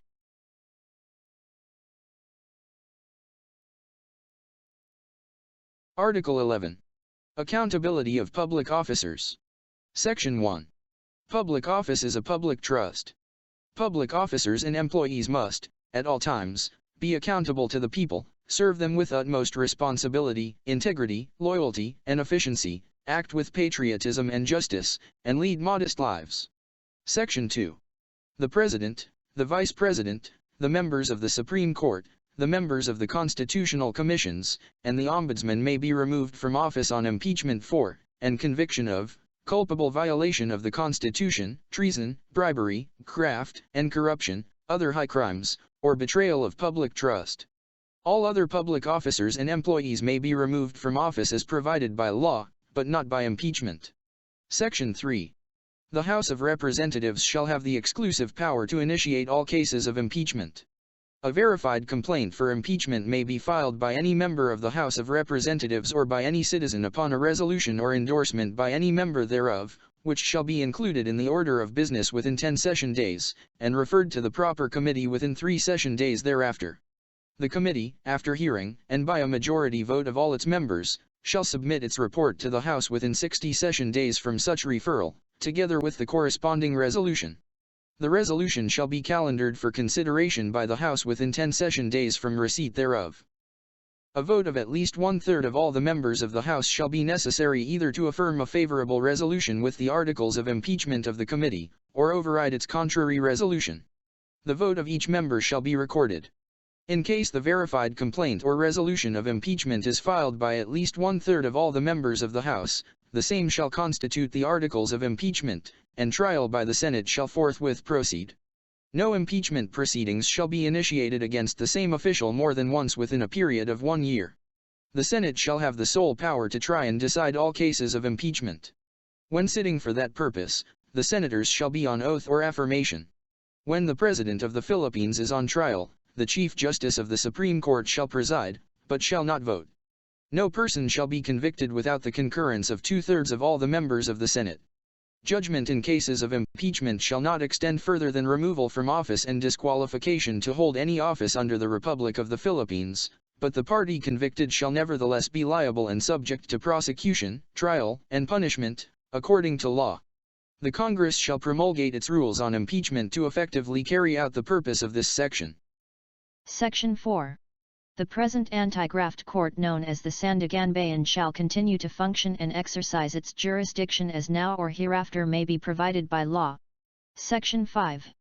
There is hereby created the independent office of the Ombudsman, composed of the Ombudsman to be known as Tinodbayan, 1 overall deputy and at least 1 deputy each for Luzon, Visayas, and Mindanao. A separate deputy for the military establishment may likewise be appointed. Section 6. The officials and employees of the office of the Ombudsman, other than the deputies, shall be appointed by the Ombudsman, according to the Civil Service Law. Section 7. The existing Tenot Bayan shall hereafter be known as the Office of the Special Prosecutor. It shall continue to function and exercise its powers as now or hereafter may be provided by law, except those conferred on the Office of the Ombudsman created under this Constitution. Section 8. The Ombudsman and his deputies shall be natural-born citizens of the Philippines, and at the time of their appointment, at least 40 years old, of recognized probity and independence, and members of the Philippine Bar, and must not have been candidates for any elective office in the immediately preceding election. The Ombudsman must have, for 10 years or more, been a judge or engaged in the practice of law in the Philippines. During their tenure, they shall be subject to the same disqualifications and prohibitions as provided for in Section 2 of Article 1XA of this Constitution. Section 9. The Ombudsman and his deputies shall be appointed by the President from a list of at least 6 nominees prepared by the Judicial and Bar Council, and from a list of 3 nominees for every vacancy thereafter. Such appointments shall require no confirmation. All vacancies shall be filled within 3 months after they occur. Section 10. The Ombudsman and his deputies shall have the rank of chairman and members, respectively, of the constitutional commissions, and they shall receive the same salary which shall not be decreased during their term of office. Section 11. The Ombudsman and his deputies shall serve for a term of 7 years without reappointment. They shall not be qualified to run for any office in the election immediately succeeding their cessation from office. Section 12. The Ombudsman and his deputies, as protectors of the people, shall act promptly on complaints filed in any form or manner against public officials or employees of the government, or any subdivision, agency, or instrumentality thereof, including government-owned or controlled corporations, and shall, in appropriate cases, notify the complainants of the action taken and the result thereof. Section 13. The Office of the Ombudsman shall have the following powers, functions, and duties. Investigate on its own, or on complaint by any person, any act or omission of any public official, employee, office or agency, when such act or omission appears to be illegal, unjust, improper, or inefficient. Direct, upon complaint or at its own instance, any public official or employee of the government, or any subdivision, agency, or instrumentality thereof, as well as of any government-owned or controlled corporation with original charter, to perform and expedite any act or duty required by law, or to stop, prevent, and correct any abuse or impropriety in the performance of duties. Direct the officer concerned to take appropriate action against a public official or employee at fault, and recommend his removal, suspension, demotion, fine, censure, or prosecution, and ensure compliance therewith. Direct the officer concerned, in any appropriate case, and subject to such limitations as may be provided by law, to furnish it with copies of documents relating to contracts or transactions entered into by his office involving the disbursement or use of public funds or properties, and report any irregularity to the Commission on Audit for appropriate action. Request any government agency for assistance and information necessary in the discharge of its responsibilities, and to examine, if necessary, pertinent records and documents. Publicize matters covered by its investigation when circumstances so warrant and with due prudence. Determine the causes of inefficiency, red tape, mismanagement, fraud, and corruption in the government and make recommendations for their elimination and the observance of high standards of ethics and efficiency. Promulgate its rules of procedure and exercise such other powers or perform such functions or duties as may be provided by law. Section 14. The Office of the Ombudsman shall enjoy fiscal autonomy. Its approved annual appropriations shall be automatically and regularly released. Section 15. The right of the state to recover properties unlawfully acquired by public officials or employees, from them or from their nominees or transferees, shall not be barred by prescription, laches, or estoppel. Section 16. No loan, guarantee, or other form of financial accommodation for any business purpose may be granted, directly or indirectly, by any government-owned or controlled bank or financial institution to the President, the Vice President, the members of the Cabinet, the Congress, the Supreme Court, and the Constitutional Commissions, the Ombudsman, or to any firm or entity in which they have controlling interest, during their tenure. Section 17. A public officer or employee shall, upon assumption of office and as often thereafter as may be required by law, submit a declaration under oath of his assets, liabilities, and net worth. In the case of the President, the Vice President, the members of the Cabinet, the Congress, the Supreme Court, the Constitutional Commissions and other constitutional offices, and officers of the armed forces with general or flag rank. The declaration shall be disclosed to the public in the manner provided by law. Section 18.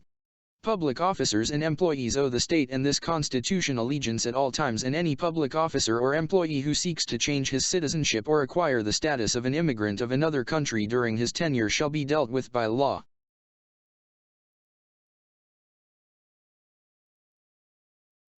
Section 1.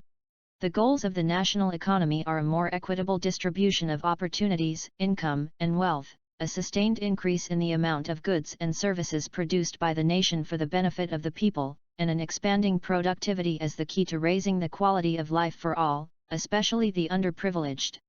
The state shall promote industrialization and full employment based on sound agricultural development and agrarian reform, through industries that make full of efficient use of human and natural resources, and which are competitive in both domestic and foreign markets.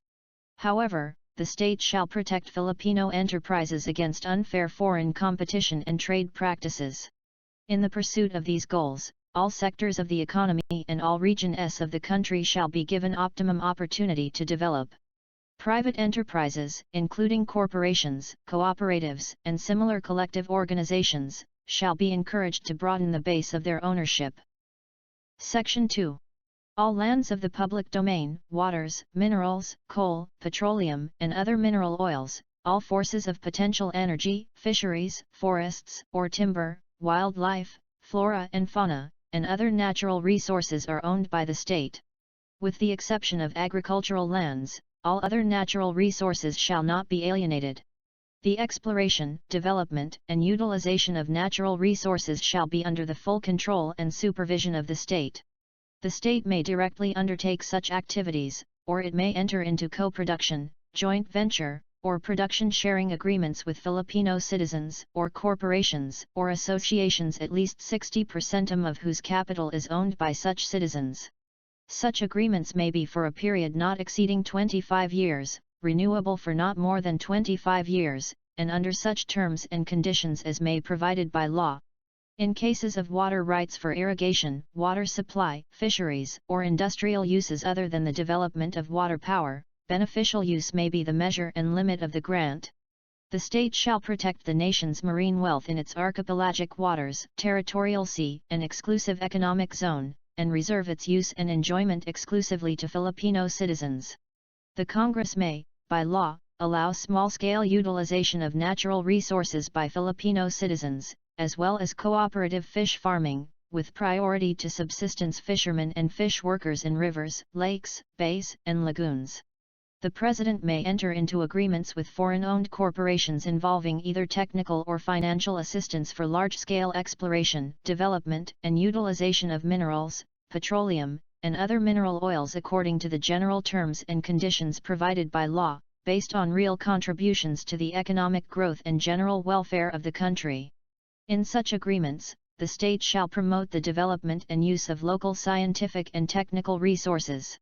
The President shall notify the Congress of every contract entered into in accordance with this provision, within 30 days from its execution. Section 3. Lands of the public domain are classified into agricultural, forest or timber, mineral lands, and national parks. Agricultural lands of the public domain may be further classified by law according to the uses to which they may be devoted. Alienable lands of the public domain shall be limited to agricultural lands. Private corporations or associations may not hold such alienable lands of the public domain except by lease, for a period not exceeding 25 years, renewable for not more than 25 years, and not to exceed 1,000 hectares in area. Citizens of the Philippines may lease not more than 500 hectares, or acquire not more than 12 hectares thereof, by purchase, homestead, or grant.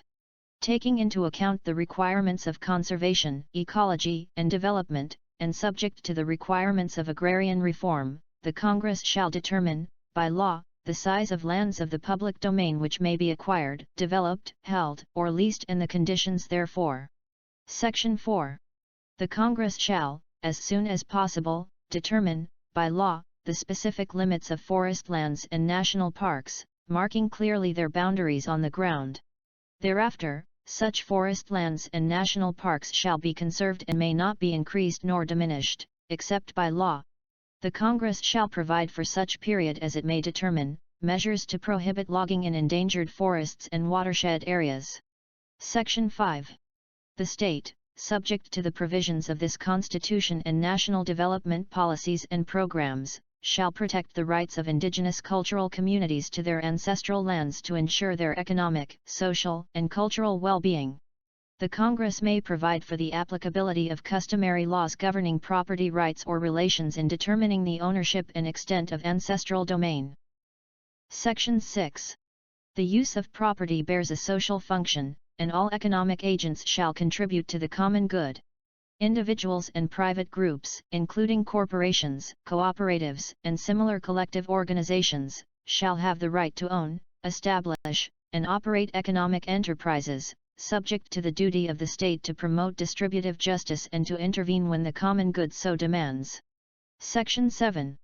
Save in cases of hereditary succession, no private lands shall be transferred or conveyed except to individuals, corporations, or associations qualified to acquire or hold lands of the public domain.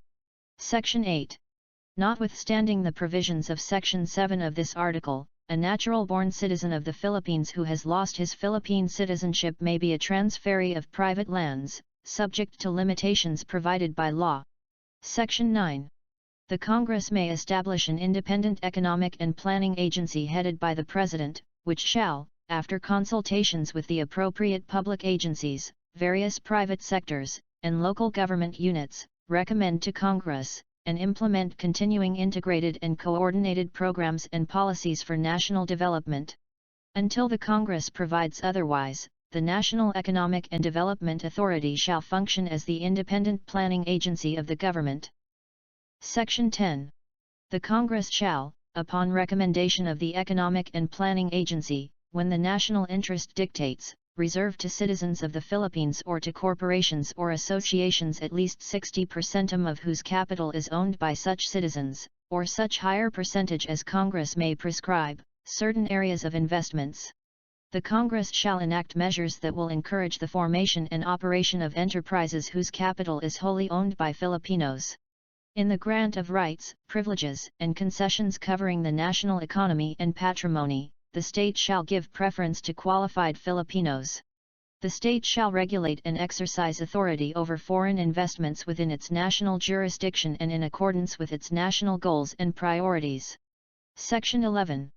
No franchise, certificate, or any other form of authorization for the operation of a public utility shall be granted except to citizens of the Philippines or to corporations or associations organized under the laws of the Philippines, at least 60% of whose capital is owned by such citizens, nor shall such franchise, certificate, or authorization be exclusive in character or for a longer period than 50 years. Neither shall any such franchise or right be granted except under the condition that it shall be subject to amendment, alteration, or repeal by the Congress when the common good so requires. The state shall encourage equity participation in public utilities by the general public. The participation of foreign investors in the governing body of any public utility enterprise shall be limited to their proportionate share in its capital, and all the executive and managing officers of such corporation or association must be citizens of the Philippines. Section 12. The state shall promote the preferential use of Filipino labor, domestic materials, and locally produced goods, and adopt measures that help make them competitive. Section 13.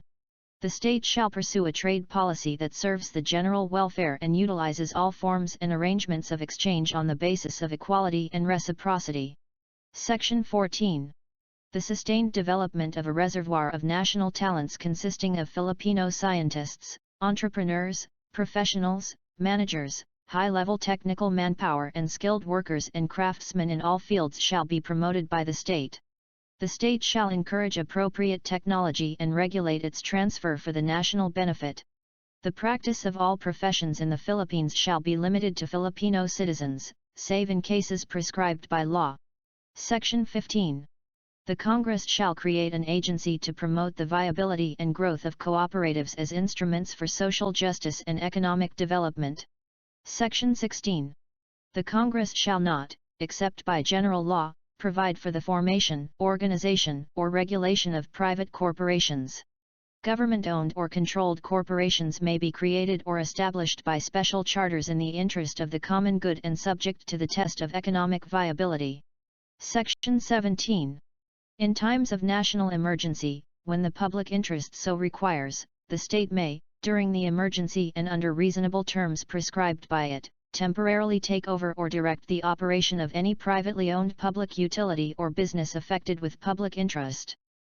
Section 18. The state may, in the interest of national welfare or defense, establish and operate vital industries and, upon payment of just compensation, transfer to public ownership utilities and other private enterprises to be operated by the government. Section 19. The state shall regulate or prohibit monopolies when the public interest so requires. No combinations in restraint of trade or unfair competition shall be allowed. Section 20. The Congress shall establish an independent central monetary authority, the members of whose governing board must be natural-born Filipino citizens, of known probity, integrity, and patriotism, the majority of whom shall come from the private sector. They shall also be subject to such other qualifications and disabilities as may be prescribed by law. The authority shall provide policy direction in the areas of money, banking, and credit. It shall have supervision over the operations of banks and exercise such regulatory powers as may be provided by law over the operations of finance companies and other institutions performing similar functions. Until the Congress otherwise provides, the Central Bank of the Philippines operating under existing laws, shall function as the central monetary authority. Section 21.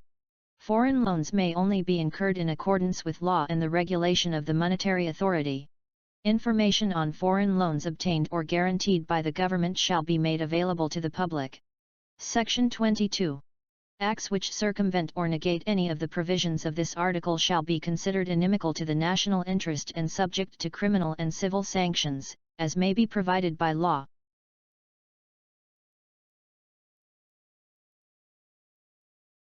Section 1. The Congress shall give highest priority to the enactment of measures that protect and enhance the right of all the people to human dignity, reduce social, economic, and political inequalities, and remove cultural inequities by equitably diffusing wealth and political power for the common good. To this end, the state shall regulate the acquisition, ownership, use, and disposition of property and its increments. Section 2. The promotion of social justice shall include the commitment to create economic opportunities based on freedom of initiative and self-reliance. Labor. Section 3. The state shall afford full protection to labor, local and overseas, organized and unorganized, and promote full employment and equality of employment opportunities for all. It shall guarantee the rights of all workers to self-organization, collective bargaining and negotiations, and peaceful concerted activities, including the right to strike in accordance with law. They shall be entitled to security of tenure, humane conditions of work, and a living wage. They shall also participate in policy and decision-making processes affecting their rights and benefits as may be provided by law. The state shall promote the principle of shared responsibility between workers and employers and the preferential use of voluntary modes in settling disputes, including conciliation, and shall enforce their mutual compliance therewith to foster industrial peace. The state shall regulate the relations between workers and employers, recognizing the right of labor to its just share in the fruits of production and the right of enterprises to reasonable returns to investments, and to expansion and growth. Agrarian and Natural Resources Reform. Section 4.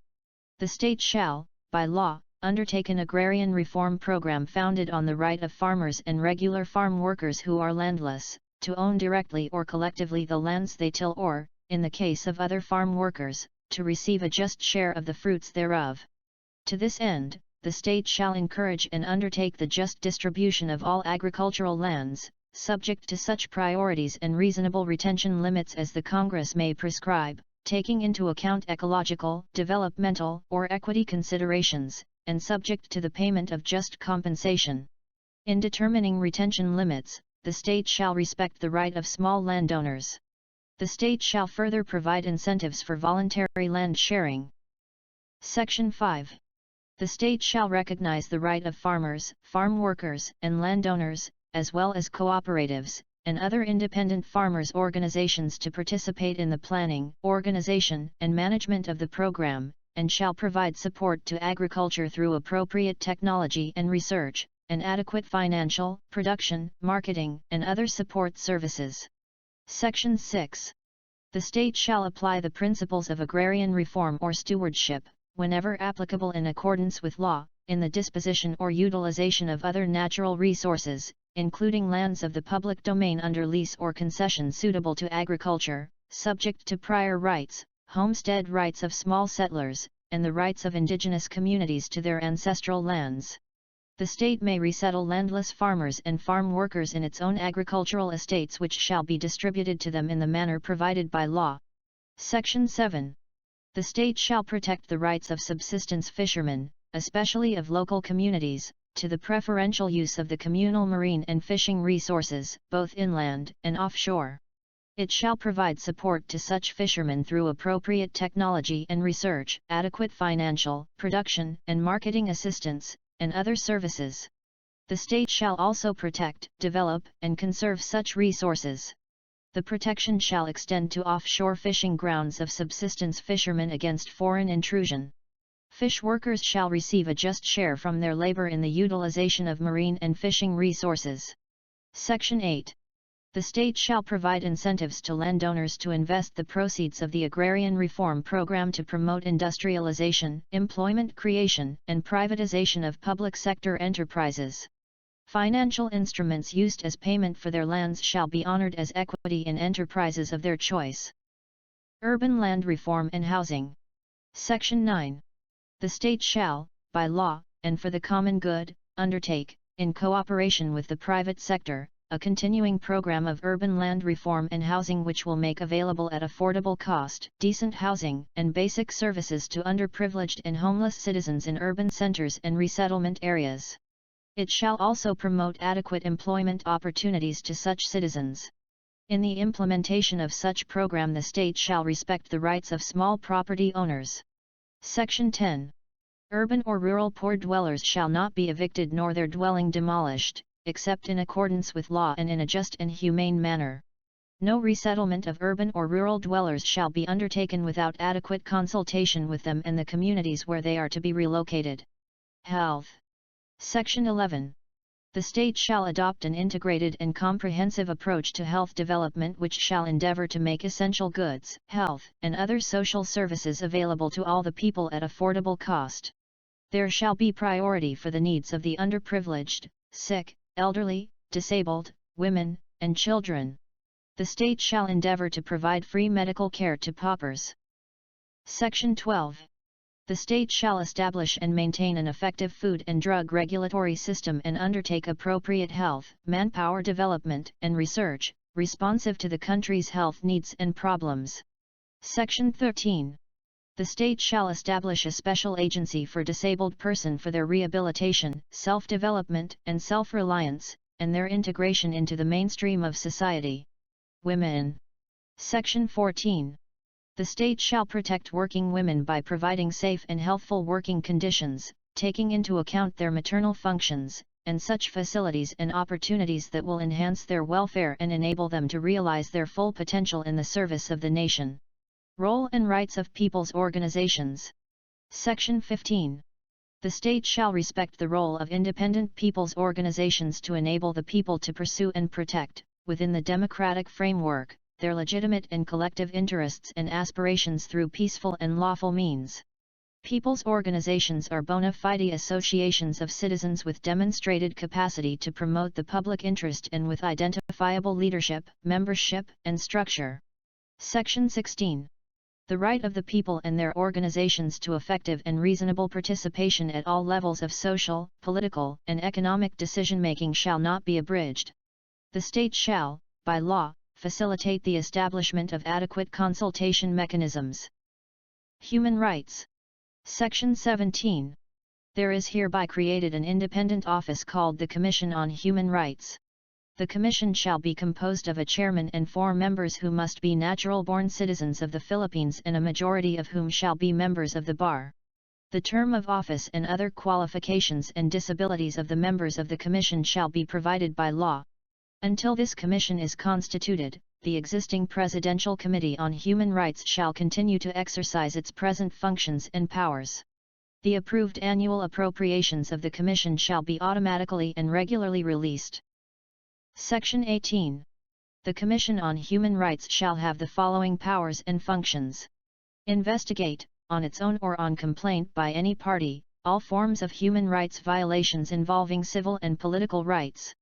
Adopt its operational guidelines and rules of procedure, and cite for contempt for violations thereof in accordance with the rules of court.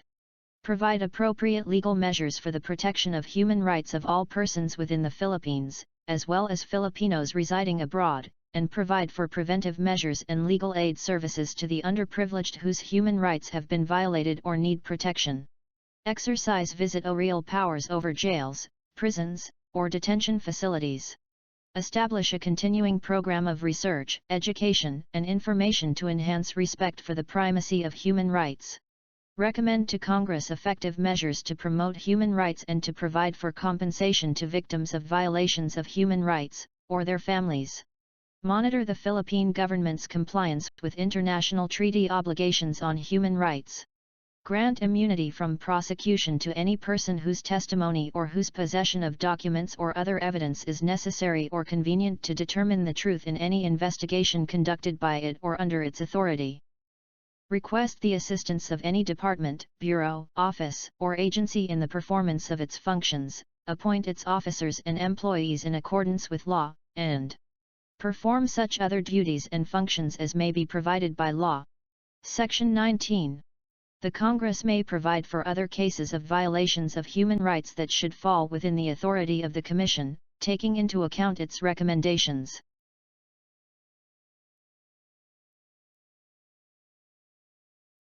Article 14. Education, science and technology, arts, culture and sports education. Section 1. The state shall protect and promote the right of all citizens to quality education at all levels, and shall take appropriate steps to make such education accessible to all. Section 2. The state shall establish, maintain, and support a complete, adequate, and integrated system of education relevant to the needs of the people and society. Establish and maintain a system of free public education in the elementary and high school levels. Without limiting the natural rights of parents to rear their children, elementary education is compulsory for all children of school age. Establish and maintain a system of scholarship grants, student loan programs, subsidies, and other incentives which shall be available to deserving students in both public and private schools, especially to the underprivileged. Encourage non-formal, informal, and indigenous learning systems, as well as self-learning, independent, and out-of-school study programs, particularly those that respond to community needs, and provide adult citizens, the disabled, and out-of-school youth with training in civics, vocational efficiency, and other skills.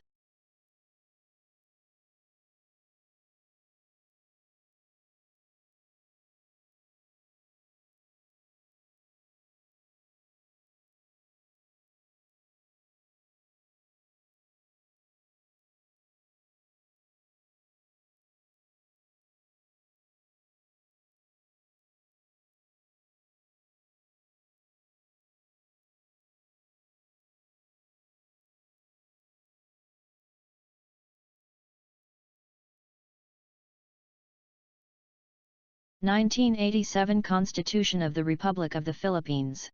Article 15, The Family. Section 1. The state recognizes the Filipino family as the foundation of the nation. Accordingly, it shall strengthen its solidarity and actively promote its total development. Section 2. Marriage, as an inviolable social institution, is the foundation of the family and shall be protected by the state. Section 3. The state shall defend the right of spouses to found a family in accordance with their religious convictions and the demands of responsible parenthood. The right of children to assistance, including proper care and nutrition, and special protection from all forms of neglect, abuse, cruelty, exploitation, and other conditions prejudicial to their development. The right of the family to a family living wage and income, and The right of families or family associations to participate in the planning and implementation of policies and programs that affect them. Section 4. The family has the duty to care for its elderly members, but the state may also do so through just programs of Social Security.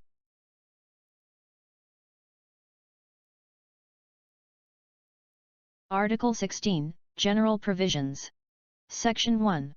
The flag of the Philippines shall be red, white, and blue, with the sun and 3 stars, as consecrated and honored by the people and recognized by law. Section 2. The Congress may, by law, adopt a new name for the country, a national anthem, or a national seal, which shall all be truly reflective and symbolic of the ideals, history, and traditions of the people. Such law shall take effect only upon its ratification by the people in a national referendum. Section 3. The state may not be sued without its consent. Section 4. The armed forces of the Philippines shall be composed of a citizen armed force which shall undergo military training and serve as may be provided by law. It shall keep a regular force necessary for the security of the state. Section 5. All members of the armed forces shall take an oath or affirmation to uphold and defend this Constitution. The state shall strengthen the patriotic spirit and nationalist consciousness of the military, and respect for people's rights in the performance of their duty. Professionalism in the armed forces and adequate remuneration and benefits of its members shall be a prime concern of the state. The armed forces shall be insulated from partisan politics.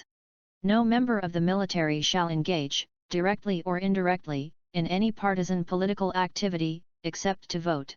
No member of the armed forces in the active service shall, at any time, be appointed or designated in any capacity to a civilian position in the government, including government-owned or controlled corporations or any of their subsidiaries. Laws on retirement of military officers shall not allow extension of their service. The officers and men of the regular force of the armed forces shall be recruited proportionately from all provinces and cities as far as practicable. The tour of duty of the Chief of Staff of the Armed Forces shall not exceed 3 years. However, in times of war or other national emergency declared by the Congress, the President may extend such tour of duty. Section 6. The state shall establish and maintain one police force, which shall be national in scope and civilian in character, to be administered and controlled by a National Police Commission. The authority of local executives over the police units in their jurisdiction shall be provided by law. Section 7. The state shall provide immediate and adequate care, benefits, and other forms of assistance to war veterans and veterans of military campaigns, their surviving spouses and orphans. Funds shall be provided therefor, and due consideration shall be given them in the disposition of agricultural lands of the public domain and, in appropriate cases, in the utilization of natural resources. Section 8. The state shall, from time to time, review to increase the pensions and other benefits due to retirees of both the government and the private sectors. Section 9. The state shall protect consumers from trade malpractices and from substandard or hazardous products. Section 10. The state shall provide the policy environment for the full development of Filipino capability and the emergence of communication structures suitable to the needs and aspirations of the nation and the balanced flow of information into, out of, and across the country, in accordance with a policy that respects the freedom of speech and of the press. Section 11. The ownership and management of mass media shall be limited to citizens of the Philippines, or to corporations, cooperatives, or associations, wholly owned and managed by such citizens. The Congress shall regulate or prohibit monopolies in commercial mass media when the public interest so requires. No combinations in restraint of trade or unfair competition therein shall be allowed. The advertising industry is impressed with public interest, and shall be regulated by law for the protection of consumers and the promotion of the general welfare. Only Filipino citizens or corporations or associations at least 70% of the capital of which is owned by such citizens shall be allowed to engage in the advertising industry. The participation of foreign investors in the governing body of entities in such industry shall be limited to their proportionate share in the capital thereof, and all the executive and managing officers of such entities must be citizens of the Philippines. Section 12. The Congress may create a consultative body to advise the President on policies affecting indigenous cultural communities, the majority of the members of which shall come from such communities.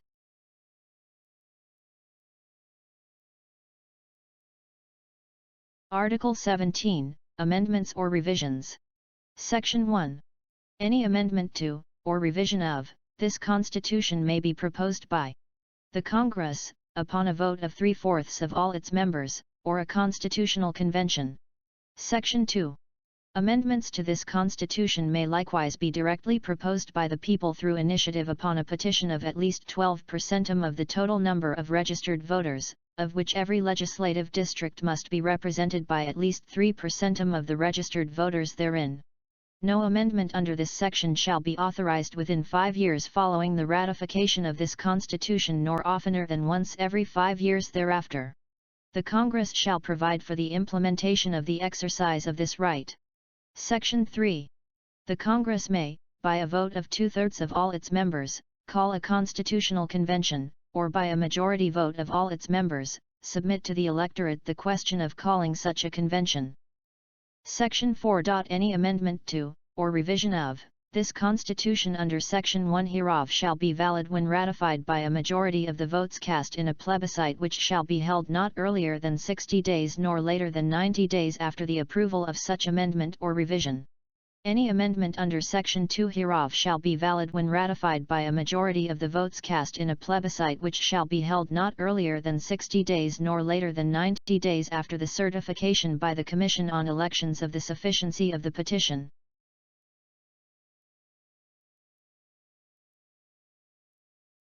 Article 18. Transitory Provisions.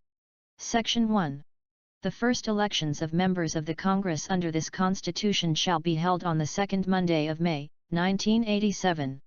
The first local elections shall be held on a date to be determined by the President, which may be simultaneous with the election of the members of the Congress. It shall include the election of all members of the city or municipal councils in the metropolitan Manila area. Section 2. The senators, members of the House of Representatives, and the local officials first elected under this Constitution shall serve until noon of June 30, 1992. Of the senators elected in the elections in 1992, the first 12 obtaining the highest number of votes shall serve for 6 years and the remaining 12 for 3 years. Section 3. All existing laws, decrees, executive orders, proclamations, letters of instructions, and other executive issuances not inconsistent with this Constitution shall remain operative until amended, repealed, or revoked. Section 4. All existing treaties or international agreements which have not been ratified shall not be renewed or extended without the concurrence of at least 2/3 of all the members of the Senate. Section 5. The 6-year term of the incumbent President and Vice President elected in the February 7, 1986 election is, for purposes of synchronization of elections, hereby extended to noon of June 30, 1992. The first regular elections for the President and Vice President under this Constitution shall be held on the second Monday of May, 1992. Section 6. The incumbent President shall continue to exercise legislative powers until the first Congress is convened. Section 7. Until a law is passed, the President may fill by appointment from a list of nominees by the respective sectors, the seats reserved for sectoral representation in paragraph 2, Section 5 of Article V1 of this Constitution. Section 8. Until otherwise provided by the Congress, the President may constitute the Metropolitan Manila Authority to be composed of the heads of all local government units comprising the Metropolitan Manila area. Section 9.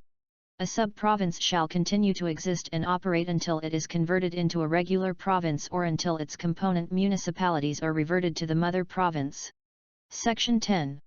All courts existing at the time of the ratification of this Constitution shall continue to exercise their jurisdiction, until otherwise provided by law. The provisions of the existing rules of court, judiciary acts, and procedural laws not inconsistent with this Constitution shall remain operative unless amended or repealed by the Supreme Court or the Congress. Section 11. The incumbent members of the judiciary shall continue in office until they reach the age of 70 years or become incapacitated to discharge the duties of their office or are removed for cause. Section 12. The Supreme Court shall, within 1 year after the ratification of this Constitution, adopt a systematic plan to expedite the decision or resolution of cases or matters pending in the Supreme Court or the lower courts prior to the effectivity of this Constitution. A similar plan shall be adopted for all special courts and quasi-judicial bodies. Section 13. The legal effect of the lapse, before the ratification of this Constitution, of the applicable period for the decision or resolution of the cases or matters submitted for adjudication by the courts, shall be determined by the Supreme Court as soon as practicable. Section 14. The provisions of paragraphs 3 and 4, Section 15 of Article 8 of this Constitution shall apply to cases or matters filed before the ratification of this Constitution, when the applicable period lapses after such ratification. Section 15. The incumbent members of the Civil Service Commission, the Commission on Elections, and the Commission on Audit shall continue in office for 1 year after the ratification of this Constitution, unless they are sooner removed for cause or become incapacitated to discharge the duties of their office or appointed to a new term thereunder. In no case shall any member serve longer than 7 years including service before the ratification of this Constitution. Section 16.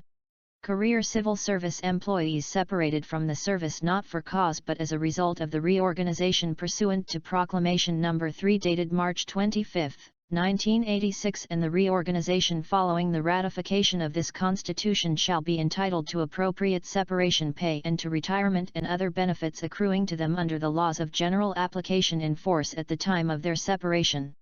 In lieu thereof, at the option of the employees, they may be considered for employment in the government or in any of its subdivisions, instrumentalities, or agencies, including government-owned or controlled corporations and their subsidiaries. This provision also applies to career officers whose resignation, tendered in line with the existing policy, had been accepted. Section 17. Until the Congress provides otherwise, the President shall receive an annual salary of 300,000 pesos, the Vice President, the President of the Senate, the Speaker of the House of Representatives, and the Chief Justice of the Supreme Court, 240,000 pesos each, the Senators, the members of the House of Representatives, the Associate Justices of the Supreme Court, and the Chairman of the Constitutional Commissions, 204,000 pesos each, and the members of the Constitutional Commissions, 180,000 pesos each. Section 18. At the earliest possible time, the government shall increase the salary scales of the other officials and employees of the national government. Section 19. All properties, records, equipment, buildings, facilities, and other assets of any office or body abolished or reorganized under Proclamation No. 3 dated March 25, 1986 or this Constitution shall be transferred to the office or body to which its powers, functions, and responsibilities substantially pertain.